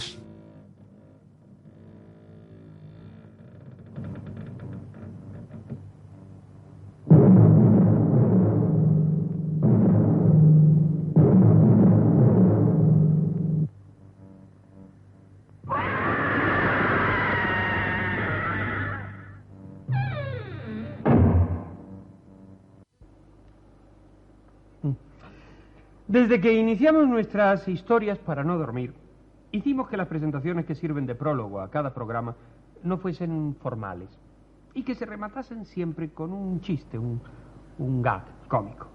Esto no es nuevo, ni mucho menos. Hitchcock presenta así todas sus series de televisión. Aquí en España, Adolfo Marsillac, hará unos 2 años aproximadamente, iniciaba también con una broma sus adaptaciones de los libros de William Irish. Hasta uno de los semanarios festivos más populares entre nosotros publica al final de cada uno de sus números una sección titulada «Tiemble usted después de haber reído». Presentar en broma programas de terror podíamos calificarlo también como «Sonría usted antes de temblar». Hago esta aclaración porque hoy no iniciamos en broma nuestro programa. Algunas veces me he referido a las muchas cartas recibidas con horrendas críticas. Bueno, esto sí que no era en serio, ¿eh? Se han recibido muchísimas cartas, sí, pero la mayoría eran de felicitación. Otras, en cambio, hacen una crítica. Que más que crítica es una petición. Y a ellas quiero contestar hoy. En esas cartas, algunos telespectadores se quejan de que nuestras historias para no dormir no son tan terroríficas como ellos quisieran. Y preguntan por qué no hay más horror, más negrura en nuestros programas. Señores, la respuesta es simple. La televisión es un espectáculo de mayorías y por lo tanto lo que ofrezca no puede ser nunca extremado. Llegamos a la televisión, llegamos a historias para no dormir. ¿Eran terroríficas las historias realmente o hay que hacerle caso a esas cartas, a esas críticas, a esas cartas que llegaban en forma de comentarios hoy, que serían en las redes sociales, serían en los comentarios en iVoox, en iTunes, en Spotify, etcétera? Esas aportaciones de los seguidores, donde dan su punto de vista, donde dan su opinión sobre cómo debería de ser o no el programa, si deberían ser historias mejores, peores, si hacerlo mejor de una forma u otra. Es decir, ya existía de esto en el momento que Chicho se hizo el primer podcaster. Ya existía como Twitter. Yo digo, ya efectivamente. Ya estaba Twitter allí. Ya estaban los haters por ahí. Eso es muy español. Claro, efectivamente. Y él lo representaba, lo sacaba perfectamente en sus programas. Algo que tampoco estábamos tan acostumbrados a verlo, ¿no? Volvemos otra vez a enfatizar en esa postura de él hacia el público, cómo le hablaba tan directamente y cómo se permitía también decir, no, oye, aquí se hace lo que yo digo, lo que yo opino y creo por esto y por esto. Historias para no dormir, del 1967 al 69 y luego hubo en el 1982, donde todo lo que aprende del terror a través de su padre, Narciso Ibáñez Menta, lo pone ahí a tope con esos recreos, esos 30 minutos en los que siempre estaba pensando cuál era la historia que nos iba a contar, ¿no? ¿Terrorífico o no, Víctor? A ver, es que no podemos mirar ahora cómo hacemos las cosas, que sí, que además estaría lo que llamamos el jumpscare, el susto, este tipo de cosas, no existe, pero sí que había un clima. Se veía un clima continuado y luego estaba el giro final. Lo que provocaba el giro final, y esto es muy de la televisión de entonces, es que cuando la gente se iba luego a la cama, sí que el mal rollo era generalizado. Es decir, que en realidad lo que él provocaba no era tanto el durante, que normalmente eran casi historias melodramáticas hasta llegar a la cuestión potente o a la cuestión, digamos, violenta.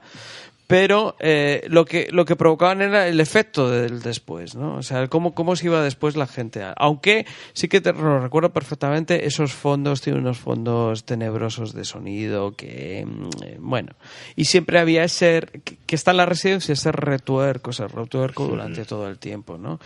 Pero yo no sé si Él juega mucho con eso, he recibido lo que él dice, cartas, críticas. Yo no sé si era una forma de darle importancia a retroalimentar. No lo sé, porque lo cierto es que el programa tenía mucho éxito. Entonces, tenía una vista, una perspectiva, porque yo no sé si acuña el término gafapasta, con el tema ese de ponerse las gafas. Bueno, tenía la gafapasta. Claro, pero...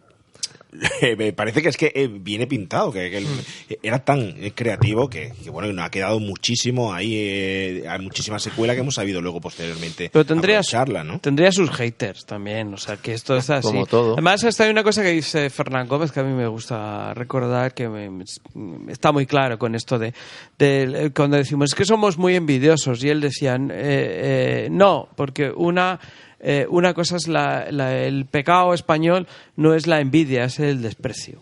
Porque la envidia es que tú digas, que esto me pasó a mí. Joder, Alejandro Amenábar, a quien me fascina su cine y lo admiro, cuando yo vi que con 23 años hacía tesis, decía, ay, yo que estoy haciendo aquí cosas. Eso es la envidia, quiero hacerlo yo.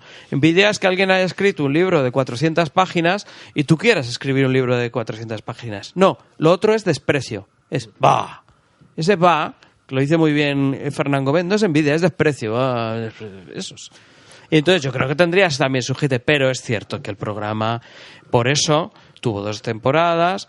Luego, misteriosamente, no tuvo tantas y sí que veo que el número de episodios van bajando, que en la última temporada solo consiguió hacer 4 capítulos. 4 episodios. Pero me parece que ahí pasa al formato televisivo, deja de grabar totalmente en formato cine y se va a grabar con la cámara, experimenta con la cámara de televisión, cambia el montaje, alarga los episodios, lo hace de muchísima más duración y la gente, el público pierde un poco el interés. No sé por qué, porque no sé la clave de ese momento tan álgido que tuvo y de repente, no sé si fue ese intervalo de tiempo, desaparece, se diluye. Si fue la televisión, que ese otro punto también que tendríamos que ver, ¿por qué no sigue haciendo cine y solo está en televisión? No es lo mismo la mitad de los 60 que el principio de los 80. En el que ya, pues mucha gente tenía vídeo VHS, que empezaban los videoclubs, es que es como todo, ¿no? El otro día he estado revisando algunos capítulos, ¿no?, de la reedición que ha sacado 39 escalones, y el primero, el cumpleaños dura 14-15 minutos. Claro. Y después, va poco. Y de hecho, en el segundo metió una historia de la dimensión desconocida a la mano, porque salía con el manojo de cartas, que había mucha gente que, obviamente, es que el cumpleaños trata de un señor que está maquinando toda la historia de cómo va a matar a su mujer y se va a ir a Brasil, creo que era, no me acuerdo, ¿no? Tú imagínate lo que te está contando en el año 60 y poco, ¿no? Pero bueno, recibió crítica y metió una historia de la sci-fi americana como en la mano. Y después ya volvió su historia, algunas, de 30, de 25, de 40. Él iba ya, también en aquella época la tele, la duración exacta, no era la parrilla, ¿no?, con la programación como la tenemos hoy, que está todo perfectamente medido, ¿no? Entonces, ¿por qué antes y después no? Pues porque el 1, 2, 3 reventaba audiencia, claro, y después la última época no tanto. Pues porque hay 1000 sitios, 1000 cosas para elegir, tiene, pues no te gusta, simplemente ya no te gusta, es así. Y el contexto sociopolítico era totalmente distinto. Ya en el 82 había un aperturismo, el destape, muchas cosas que quizá Narciso en su historia las contaba más sutiles o buscaba formas de que el español pudiera desahogar o hacer catarsis con ciertas pulsiones. En el 82 ya no era necesario porque ya había muchas más cosas explícitas, no lo sé. Y el terror, porque tener en cuenta que para entonces pensad que es el punto álgido del slasher. Se han estrenado los viernes 13 las películas de John Carpenter. Son los 80. Estamos en otra historia, están todas las de los hombres lobo con unos efectos especiales tremendos. Y aún así tiene, la del muñeco me gusta mucho, pero la de en los 80s, El trapero, que me parece que es una de sus obras más estupendas, ¿eh? O sea que aún así dentro de las 4 son pero pues no se da. Y luego es verdad que pierde con el vídeo, ¿eh? Ya no tiene la misma magia. Es verdad, pierde con el vídeo. Pero estaréis de acuerdo conmigo que mis terrores favoritos, cuando nos descubre a todos aquellos que éramos pequeños, ese programa nos descubre el cine de terror y nos tiene conectados a la televisión y pegados al programa donde descubrimos Pesadilla en Elm Street y otros grandes títulos, nos lo tragábamos todos y tenemos un recuerdo de él todavía muy, muy palpable. Recordamos esos viernes y esas tardes y esas noches viéndolo. Sí, pero eso es otra historia, porque además tú me hablas de Mel Street, que es su segunda tanda, que es en el año 94. Sí. Pero en las segundas de Historia para no dormir fue después de Mis Terrores Favoritos. Ya había cambiado la cosa y Mis Terrores Favoritos todavía seguía funcionando porque programaban películas que no se habían visto nunca en España, porque yo creo que es la primera emisión que tiene, por ejemplo, No profanen el sueño de los muertos, que es una salvajada. Es maravillosa la película, pues muy bruta para una televisión en abierto del año 81, era muy potente, ¿no? Yo lo he comentado antes, para mí particularmente me marca muchísimo toda esa programación. Y sobre todo hay una que sí me dejan ver, a mí por razones obvias me volvió loco, y luego la volvió a poner cuando hace los años 90, que es House of Wax, es Los crímenes del museo de Sir Andretto con Vincent Price, que a mí eso fue punto de partida de todas mis movidas, de mis movidas mentales. Claro, pero es que eres mucho de eso, si no, no existiría Wax y tal. Claro. ¿No? Bueno, luego es que le miro el sombrero, por eso se hace la pausa. No puedo dejar de mirarte ese sombrero tan bonito que te has puesto. Que luego estas historias para no dormir se llevan a formato libro también, ¿no? Que tenemos aquí uno, por ejemplo. La revista aquella famosa. Y a formato radiofónico. Se lleva a formato radiofónico con historias un poco más cortas, y es lo que es la radionovela, que de hecho hoy en día Radio Nacional de España sigue publicándolas de forma periódica, claro, los capítulos antiguos, pero siguen estando todavía de actualidad, ¿no? Hoy en día esas historias para no dormir que podías ver en 15 minutos, lógicamente no podías verla en el metro, pero bueno, hoy ya sí, ¿no? Con los móviles. Pero es una distracción ideal para los pequeños trayectos, ¿no? No como nuestros programas, que muchas veces se alargan de una forma eterna. Por las entradillas que le hacen. Sí, la culpa es mía, totalmente mía. Bueno, y tenemos que seguir con el cine, y lógicamente nos tenemos que ir a otra de sus mayores aportaciones, y la segunda, última película de Chicho Ibáñez Serrador. Señora, es absolutamente necesario, es preciso que nos vayamos de aquí los tres, ahora mismo. Créame. Evelyn, tenemos que irnos de aquí. ¿Por qué? Luego te lo explicaré.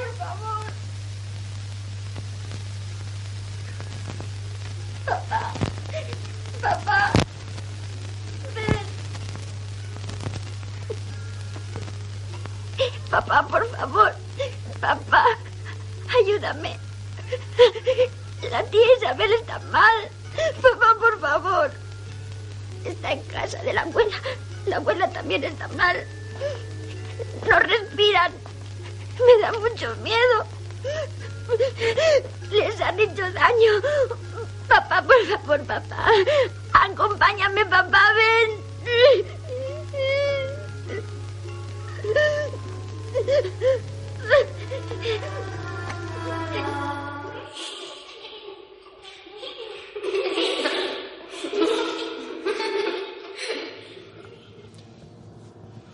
Espeluznante, desde luego. ¿Quién puede matar a un niño? Del 1976, producción Pentafilms, director Narciso Ibáñez Serrador, guión de Luis Peñafiel, director de fotografía José Luis Alcaine, director de producción Julio Parra, música otra vez de Waldo de los Ríos. El exceso de sangre, sexo y violencia estaban jugando en contra del cine de género, que había vivido su mejor momento por aquel entonces. Pero entonces llega Chicho nuevamente con una película totalmente distinta. Decide adaptar un relato de Juan José Plans titulado El juego. En un principio se iba a titular La noche que empezaron a jugar, pero termina siendo ¿Quién puede matar a un niño? Sus casi 10 minutos de créditos iniciales caracteriza a esta película, y siempre serán recordados por su virulencia, por imágenes infantiles impactantes, y porque sobre todo nos hacen darnos cuenta de que no es ni mucho menos otra película más.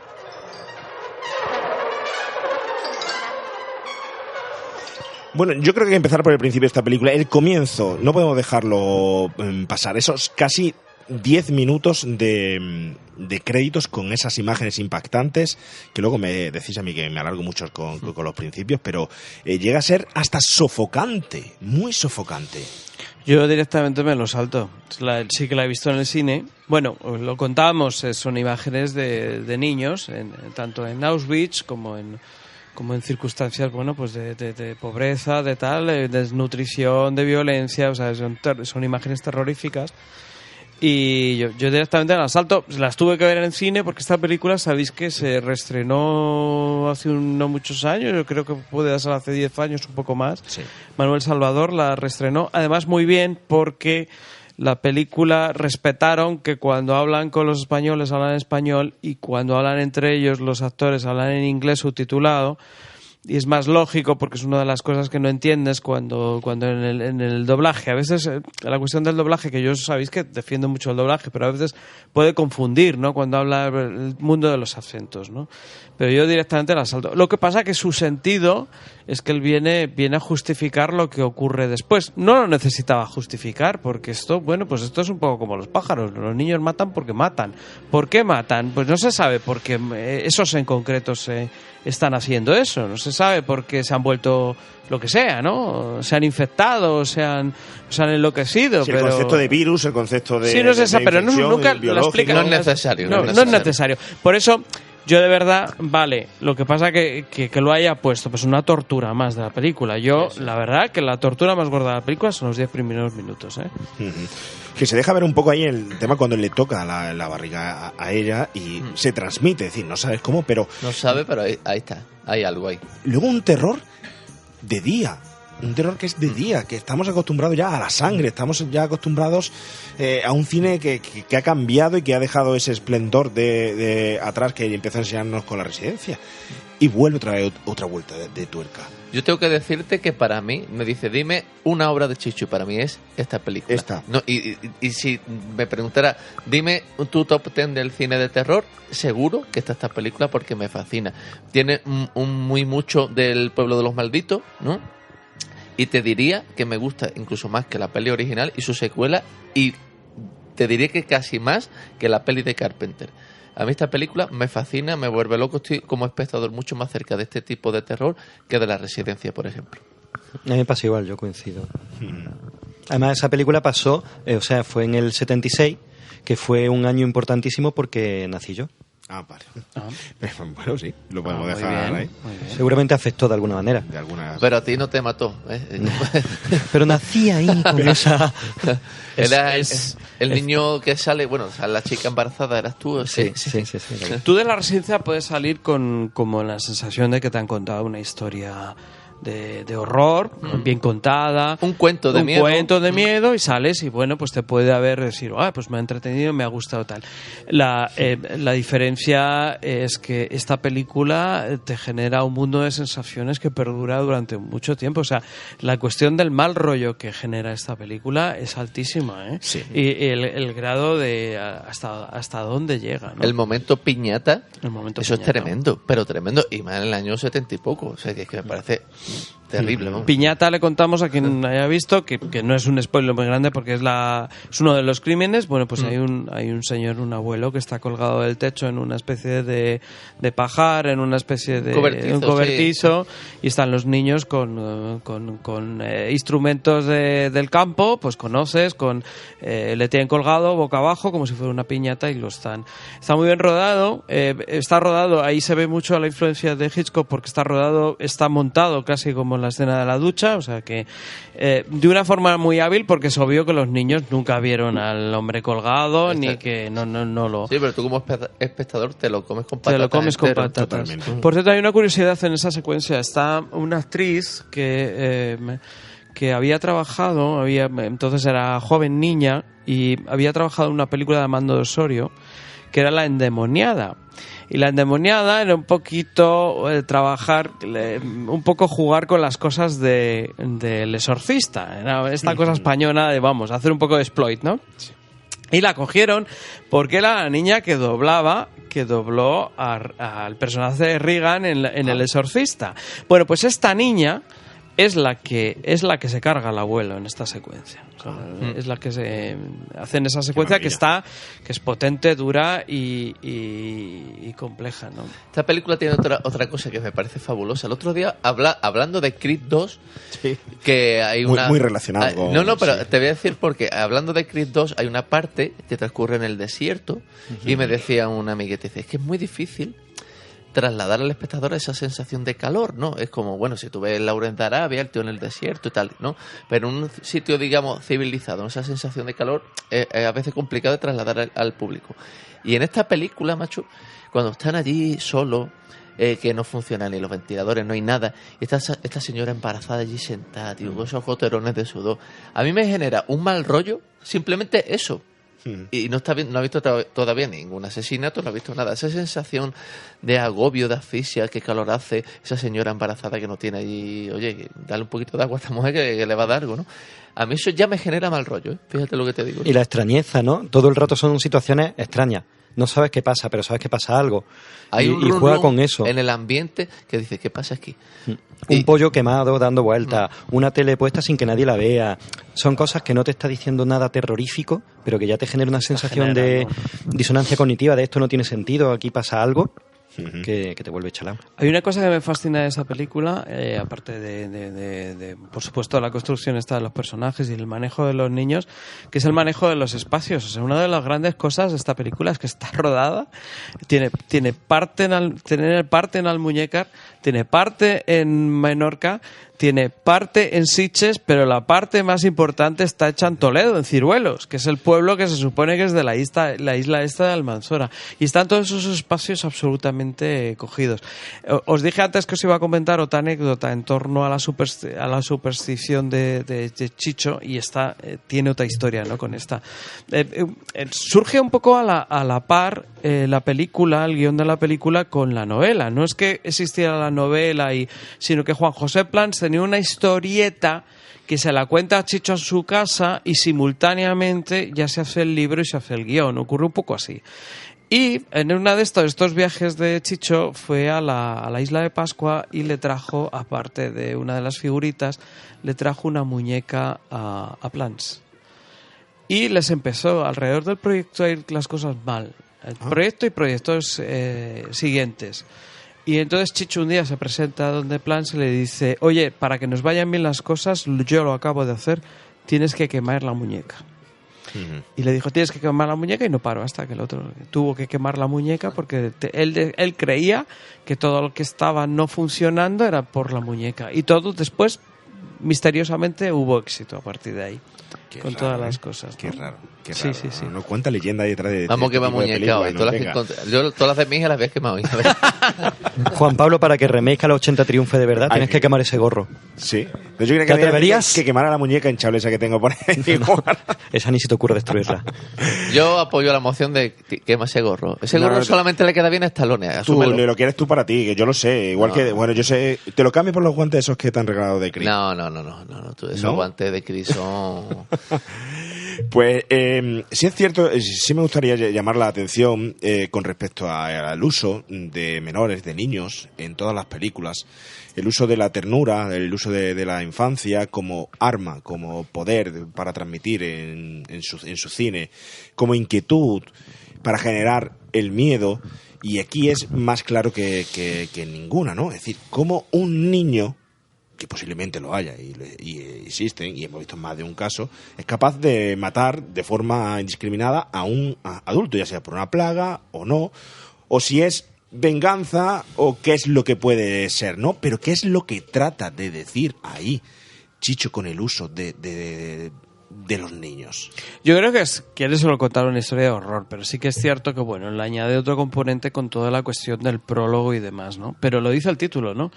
Es un elemento, no solo es quién puede matar a un niño, que ese es el elemento en el que tú nunca le atacarías, nunca le agradarías, a pesar de que sea una amenaza para ti hasta el último momento, sino también qué miedo da el niño. Hay una cosa que siempre ha contado Chicho más de una vez, ese ejemplo que define todo esto, que es cualquiera de nosotros, un adulto, ahora mismo entra por la puerta y viene con una navaja o unas tijeras en la mano y nos puede dar una cierta inquietud, pero no nos va a dar terror. Bueno, pues viene con una navaja en la mano.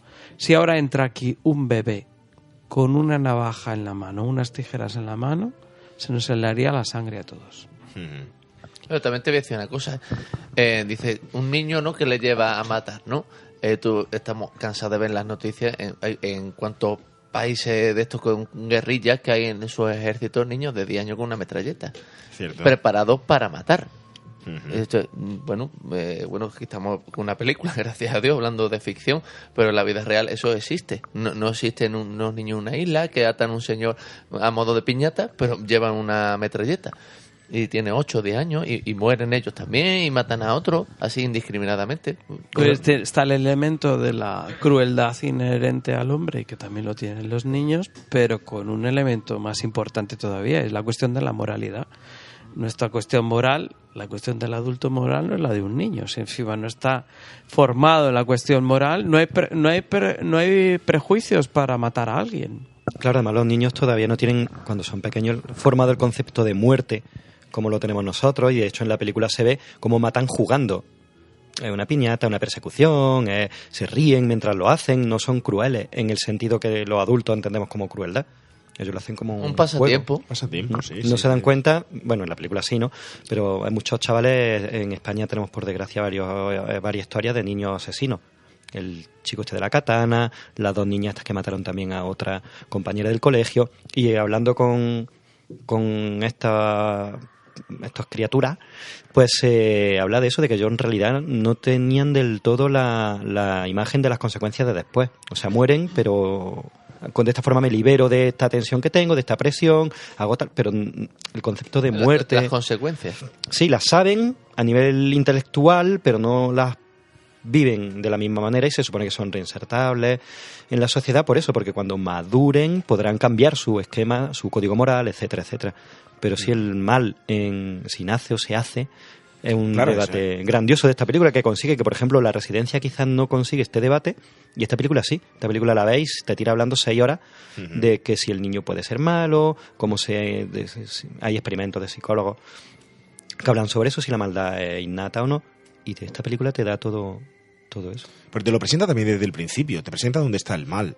Te presenta también que es un mal hacia el adulto, porque entre ellos no se matan. A pesar de no conocer el concepto del mal, de la muerte, entre ellos tienen ese respeto. Y te lo presenta desde el principio, te dicen lo que te vas a encontrar. Además, en una isla totalmente aislada, una isla donde sabes que solo está ocurriendo allí, porque ya si esto fuera en el interior cambiaría. Bueno, que al final de la película se montan en el barquito y van al interior. Claro, que eso es espeluznante, eso es para que Salaman saque una segunda parte, ¿no? Ya algún tipo de amago hizo. Pero el concepto presentado ahí de una forma brusca y que toca mucho la fibra sensible, y con ese juego psicológico, que es lo importante, que es que el terror, al fin y al cabo, es psicología. Es un juego, es tanto para el espectador que quiere vivir esa sensación cuando está viendo la película, una sensación que sabe que es totalmente esporádica, que quiere controlarla, y que al final de verla ver la película va a tener un subidón y sin repercusión. Pero cuando está viendo la película en ese momento, esta consigue que te genere cierta duda incontrolable de ese momento de terror que estás sufriendo. Y el dilema, y sobre todo los dilemas. Pero hay una situación dentro de esta película que es brutal, a mí me parece brutal, que es cuando pone ese vehículo delante de la hilera de niños y dices, ¿va a pasar por encima de ellos o no? Esa situación, para mí, yo me quedo con ese momento de sí, hay varios momentos, y con la metralleta cuando dispara al chico en la ventana en el... Es que es tremendo. Y con el remo ahí pegando a diestro y siniestro, ¿no? Es que te pone los pelos de punta, ¿no? Y el hecho, el mismo, has puesto el corte, ¿no? El padre sabe lo que va a pasar. ¿Cómo mira a su hija cuando le está llevando la mano? Le mira cómo va al matadero. Claro. Sabe perfectamente lo que va a pasar. Pero y él capaz. Y él piensa, claro. ¿qué puedo hacer yo? Pues me tengo que dejar. Totalmente. Sin embargo, el protagonista sí que actúa. De hecho, en la relación esta que se establece entre los dos protagonistas, se habla al principio de la película pues de que él había deseado abortar, del hijo que tienen. Es como que él sí era capaz de matar a un niño incluso antes de nacer. Y de hecho, durante la película, el único personaje que sí que, en contestación al título de quién puede matar a un niño, él puede matar a un niño. De hecho, ya lo quería hacer antes de que naciera. No sé si es una venganza también, una metáfora, no lo sé, pero es curioso. Víctor, ¿por qué no hacen más cine, Chicho? Yo La no sé. televisión le pudo la producción, le pudo el 1, 2, 3, le pudo esa satisfacción que muchas veces sucede así. Yo me incluyo, o no incluimos en Remake en los 80, de tener una producción donde veas el comienzo y el fin y salga rápidamente a la luz en vez de hacer un trabajo que sea mucho más largo. Le pudo la televisión ver el trabajo demandado porque se lo demandaban, porque descubría muchos nuevos talentos, porque era el boom del momento, o porque o hay otra causa por la que no hizo más cine. La cosa es que cuentan los que estaban con él cuando preparaba la residencia, que tanto lo manifestó como lo veían en ese momento, que su gran meta, todo lo que había hecho anteriormente era para llegar a ese momento. Él lo ha manifestado en ese momento. O sea, cuando él rueda en el 69 la residencia, era como, he llegado al punto donde yo quería llegar. ¿Por qué no después? Pues de hecho pasa muchísimo tiempo. Pues bueno, puede ser por la propia dinámica de la televisión, o puede ser porque es verdad que los proyectos cinematográficos tienen... roban una energía que, vamos, por mucho que estés enloquecido con la televisión día a día, una película es un mundo cerebral impresionante, ¿no? No sé si tiene que ver con eso, pero lo cierto es que, en cambio, vuelvo a decir, decían que era absolutamente deseada la cuestión del cine, ¿no? Yo voy a ser menos romántico. Yo creo que siguió la tele porque donde hay dinero es en la tele. Y como dice Víctor, ¿no? Yo quería hacer la residencia y ya la he hecho. Pues si tengo la oportunidad de ganar dinero, lo voy a ganar. Y más en aquella época donde en la tele había una cadena. Ya hoy que se reparte el presupuesto entre 38 millones de canales, dice, bueno, te toca un poquito. Pero antes, y estaba haciendo programas de tremendo éxito. Y yo, creo, que dijo, ¿y para qué voy a hacer más? Si yo estoy haciendo esto, lo que quería hacer ya lo he hecho. Y ahora me voy a dedicar a ganar dinero, que también me parece muy lícito. De todas formas, se hace para ganar dinero todo esto, ¿no? Sí. Hay rumores de que estuvo a punto de hacer más películas, ¿no? En el plazo, en el 73, por lo visto, en el magazine Terror Fantastic, hablaban de un posible rodaje de un largometraje que se llamaba El Plazo, que nunca llegó a nada, pero dicen que el guión está en el archivo general de la administración. Bueno, a él le ha pasado muchas veces que algunos lo que han sido programas, como es el caso de la cuestión del asfalto y tal, que eran independientes, luego se han convertido en otros programas con series. Yo creo que él ha tenido como muchas historias ambivalentes y las ha ido manejando, porque yo creo que el regusto por las cosas no lo pierde. De hecho, en los últimos años volvió al teatro, que es cuando estrenó en el Español El Águila de la Niebla. O sea, ya ha pasado muchísimos años. ¿Qué necesidad tenía este hombre de volver a...? Pero él, que sí está el regustillo. Para que, como dice Diego, vamos, la cuestión está marca, ¿no? Por mucho que él, vuelvo a decir, que decían, y él manifestaba que su gran deseo era el cine, pero vete a saber después de las experiencias, y vuelvo a decir que no creo, el rodaje de la residencia fue como muy mastodóntico, pero no creo que el de Quién puede matar a un niño fuera una película fácil de hacer, Entonces robó una energía tremenda, ¿no? No sé. Y robó una energía tremenda con, vuelvo a decir, unos rendimientos de capital que no son los mismos, Sí, pero tú mismo como director, por ejemplo, sabes que cuando estás haciendo un proyecto estás ya pensando en el siguiente en muchísimas ocasiones, y que siempre quieres más y llegar a más y mejorar tu producto anterior o hacer un producto nuevo. No te quedas con eso, lo he visto los grandes directores, y además cambiar, si puedes cambiar de género, mejor. Si puedes pasar del terror ahora al western y ahora otra vez al terror, como te pasa a ti, pues mejor todavía, ¿no? ¿Qué hubo? ¿Qué pudo haber? No lo sé.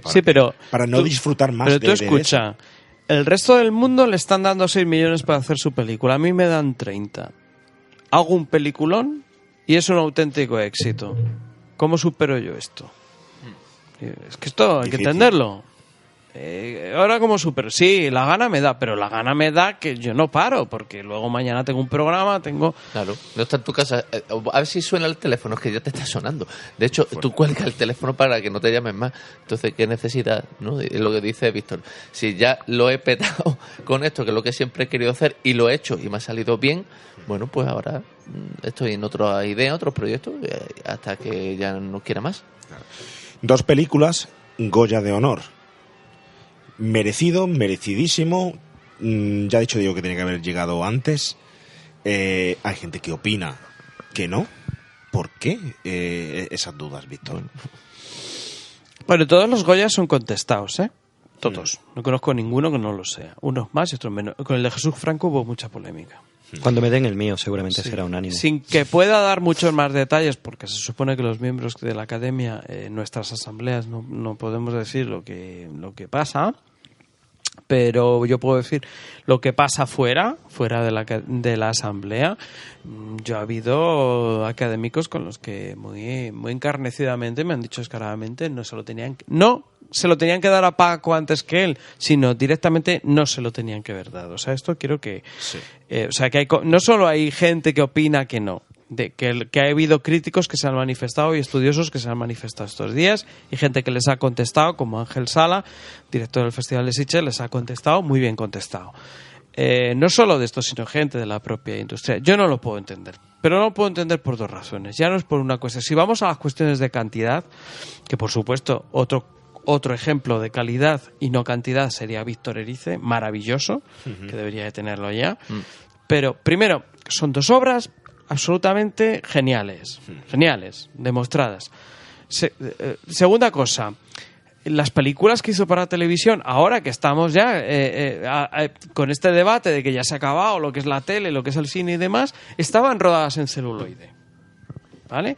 Y tercera cosa muy importante, este señor hace durante un tiempo un programa en televisión en defensa del cine de terror, pero durante semanas nos descubría películas. Y bueno, yo creo que son unas razones absolutamente diferentes. Y lo más importante de todo, quizá de los que ha influido, que yo soy uno de ellos, yo soy el más modestito de todos, o me quiero poner desde ese punto, ¿no? Pero grandes nombres nuestros de nuestro cine de este momento han bebido, han crecido con él, han trabajado con él y están aplicando lo que vivieron con él. Chicos, si esto no son motivos diferentes, esto es lo que yo expuso, a que cada uno que me dice, oye, no, yo le digo, mira, estas son mis razones. Está magníficamente dado. El Goya de honor lo decide la Junta Directiva de la Academia. Yo estoy absolutamente de acuerdo con la Junta Directiva de la Academia y me parece maravilloso. Yo tengo la sensación también, mira, es que cuando vas a un evento y el que organiza el evento quiere ser más protagonista que el propio protagonista del evento, ¿no? Yo creo que hay gente que necesita su minuto de atención y es decir, igual, ¿estáis todos de acuerdo? Pues yo ahora, para que os centréis en mí, digo que no. ¿Por qué? Pues porque no. Porque yo quiero ser más protagonista que el protagonista, ¿no? Eso que yo tanto detesto y odio, ¿no? Esa gente nunca se da un paso atrás, que no es capaz de reconocer la labor de otro. Es decirle, bueno, usted, ¿por qué no? Porque usted que ha conseguido más que este señor, usted que ha aportado más que este señor. Entonces, bueno, yo creo que esa línea, ¿no? Que tuitera, ¿no? De, bueno, pues me parece mal. ¿Por qué? Porque sí, porque lo digo yo. Bueno, pues ¿es que todas las opiniones son respetables? Pues no son respetables. Porque yo no puedo entrar a un quirófano y decirle al cirujano, esto que está haciendo usted no me parece correcto. Es una opinión, pero mi opinión ahí no es respetable, porque yo no tengo ni idea de eso, ¿no? Entonces yo creo que hay mucha gente que quiere ser más que el protagonista. Y no hay otro argumento, o se inventa un argumento sobre la marcha para decir que no, y punto. Para mí, lo vuelvo a repetir, merecidísimo, una vez más. Además que ha cambiado la historia de la televisión y del cine en España. Es que un hombre que ha cambiado la historia. Totalmente. No es... A ver, hay pero además ha cambiado y a mejor. Es decir, que hay muchas formas de cambiar la historia. Sí, Belén Esteban también. Pero incluso, por ejemplo, cosas indirectas. Primero, ¿quién puede matar a un niño? Ha generado pues muchos intentos, ha generado remakes en confesos, muchísima gente, influencias que se ven muy, muy claras. Y propicia, incluso la residencia propicia rodaje aquí, porque la residencia es distribuida en Estados Unidos por AIP, por la compañía de Corman, que tiene mucha relación con Edgar Allan Poe, y eso hace un poco que con los rodajes que estaban viniendo a España venga Asesinatos en la calle Morgue de Gordon Hessler, que se rueda en Madrid y en Toledo. Y así es como viene Herbert Berlón a rodar aquella película. O sea, que alguna de esas de terror. Y es como viene también la película con Boris Karloff que rueda en Torremolinos, porque Boris Karloff ha rodado en Torremolinos, que es como un poco sí, quiero decir que hay muchos elementos. Yo creo que está clarísima la valía, sí. Está clarísima la vigencia. Creo que volverlas a ver merece la pena y que de verdad las disfrutas como si la hubiera rodado antes de ayer, ¿eh? Cierto. Nos cuesta mucho trabajo reconocer las influencias, ¿eh? Hay que tener en cuenta, por ejemplo, en la residencia nos hacen ese tipo de cine basado en una residencia hasta que llega El Orfanato, etcétera, y nos cuesta muchísimas veces reconocer, porque queremos innovar, queremos hacer un cine nuevo, queremos hacer un cine donde solo sea creación propia, ideas propias, extrañas, raras, y nos cuesta trabajo reconocer quién nos ha influido y de qué forma, ¿no? Y Chicho ha influido muchísimo. Si tuvierais que resumir su influencia, ¿qué le diríais a los oyentes? ¿Cómo la valoraríais? A ver, es que hay ciertas cosas que tú, sin querer que esa cosa te influye.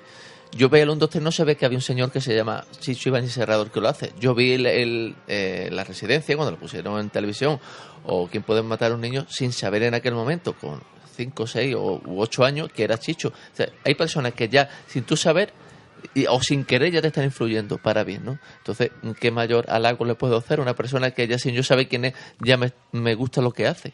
Y después dice, no, que hay un señor que se llama tal que lo hace. Y quiero saber qué más cosas ha producido, en qué más se ha metido. Y descubre, ¿no?, que esta persona, y lo amas sin saberlo casi desde el principio, ¿no? Que, por cierto, hay algo sobre Quién puede matar a un niño que dentro de muy poquitos meses vaya a saber. No sé si puedo hablar más, yo creo que no. Así que os lo voy a dejar ahí. Pero bueno, eso no se hace, Diego. Eso no se hace. Pero yo, tengo mucha inquietud por saber qué va a salir de algo que me contaron. Bueno, me ha contado una persona muy cercana, claro. Víctor. No. ¿Tan cercana como Víctor? No, cercana a Chicho. Ah, vale. Y dentro de poquitos meses lo vaya a saber. Bueno. Ahí se queda, no deja caer en ascua totalmente. Víctor, para que vamos concluyendo ya el programa, la hora, ese resumen, su aportación del Goya, de su cine, o aquello que creas que se nos haya quedado, que el oyente deba... No, lo que dice Diego, hay cosas que son... Que casi no las puedes, porque es un mundo de sensaciones que casi no se puede explicar. Se han ido quedando, ¿no? Hemos aprendido lo que era el mundo antiguo, casi más viendo el 1, 2, 3, que claro, todos los días te ponían un decorado. Y de repente cuando te sacaban el sobrecito de uno, te hacían un número y te descubrían lo que era un musical, o te descubrían lo que era...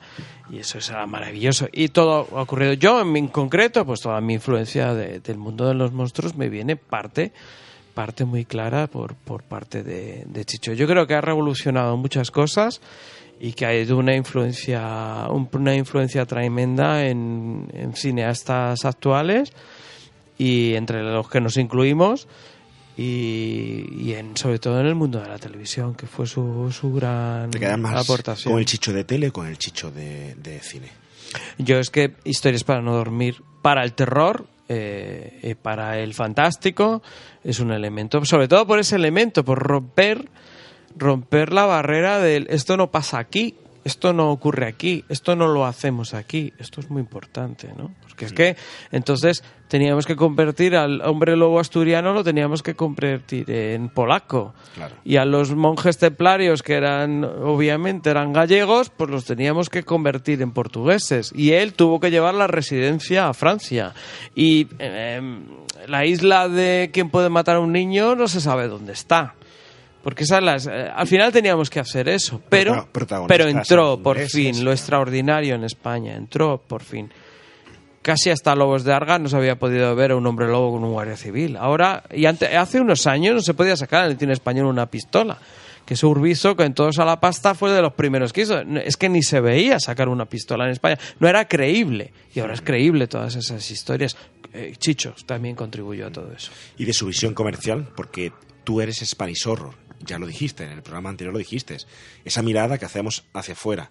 Chicho, la mirada siempre la hace hacia afuera, por la forma de producir, la forma de grabar en inglés, la forma de venderla y tal. Tiene tres claves que la reiteremos para que tengan: reinvención o recreación de cosas que ya estaban mayoría inventadas, pero recreación con su toque. Calidad, sí que hay, todo lo que hace tiene un cierto clasicismo y una calidad muy grande, tanto en las películas como en los programas de televisión. Y tres, muy importante, comercialidad. Este señor ha pensado perfectamente en enganchar y en hacer un elemento comercial, y que todo lo que ha construido hasta ahora fuera una máquina de hacer dinero. Y lo ha hecho siempre, porque La Residencia sigue siendo, en este momento, de las películas de terror y de las películas de no terror, la tercera más vista de la historia del cine español. Diego, ¿algún broche? Pues nada, que nos veamos próximamente, que ya hablaremos sobre escrito largo y tendido. Y... Oye, por cierto, la escena de entrenamiento en el desierto, esa banda sonora tipo western transmite. Ciertamente, no podemos tener la exigencia del otro de las entregas anteriores, pero esa forma de... Yo te diré que es de lo que menos me ha gustado de esta película. Eso es mi titular, de lo que menos. Y hay otras cosas que me ha gustado muchísimo, como por ejemplo cómo se ha humanizado a un villano de cartón piedra como es Iván Drago. Me parece maravilloso. Eso, maravilloso, para mí, lo mejor.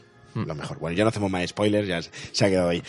Óscar, nos tenemos que ir porque, bueno, llevamos ya 2 horitas por aquí hablando de Chicho. Creo que hemos hecho un buen resumen, que hemos hecho lo hemos condensado muy bien. Hemos hablado de los futuros trabajos de Víctor, futuros y presentes de Víctor, de Diego. Hemos hablado de la influencia de Chicho, de su cine, porque este programa iba a estar dedicado a las series y al cine, nada de televisión, tal, es decir, porque si no se podría extender ya demasiado. Hemos conocido su biografía un poquito.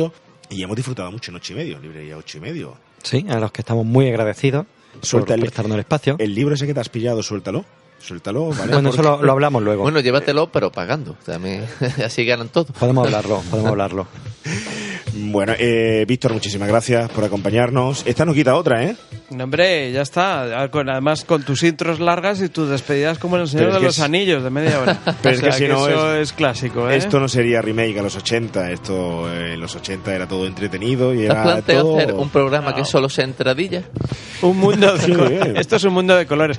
Lo que sí es que la próxima vez es que me despista mucho tu gorro. No has dejado de mirarlo todo el rato. No te miro a los ojos, miro a los gorros solo. ¿Está acaso hecho? Estaba enfilado. Cuando hablas eres muy expresivo, hace muchos gestos y muchas veces me despistas. Y digo, voy a ponerme un gorro para que me mire lo alto del gorro. Yo por eso me he puesto así, de espalda y al contralupa. Pero yo te lo he dicho con todo mi cariño, lo siento muchísimo, Diego, de haber estado aquí dándote la espalda más o menos, pero es que no puedo hacer, puedo parecer Octopus con tantos brazos, la mesa mezcla el ordenador y tal. Y bueno, hoy te ha ganado un nuevo mote, el muerde almohada. Ya tengo un poco de tortícolis aquí. Diego, muchas gracias por estar con nosotros. A vosotros. Muchas gracias a todos los que habéis venido, los que habéis estado aquí con nosotros acompañándonos, y al oyente, muchas gracias por estar también ahí. Esto ha sido un poco el resumen de Chicho Ibáñez, su cine y sus series. Nos escuchamos en próximos Mis Terrores Favoritos. Adiós.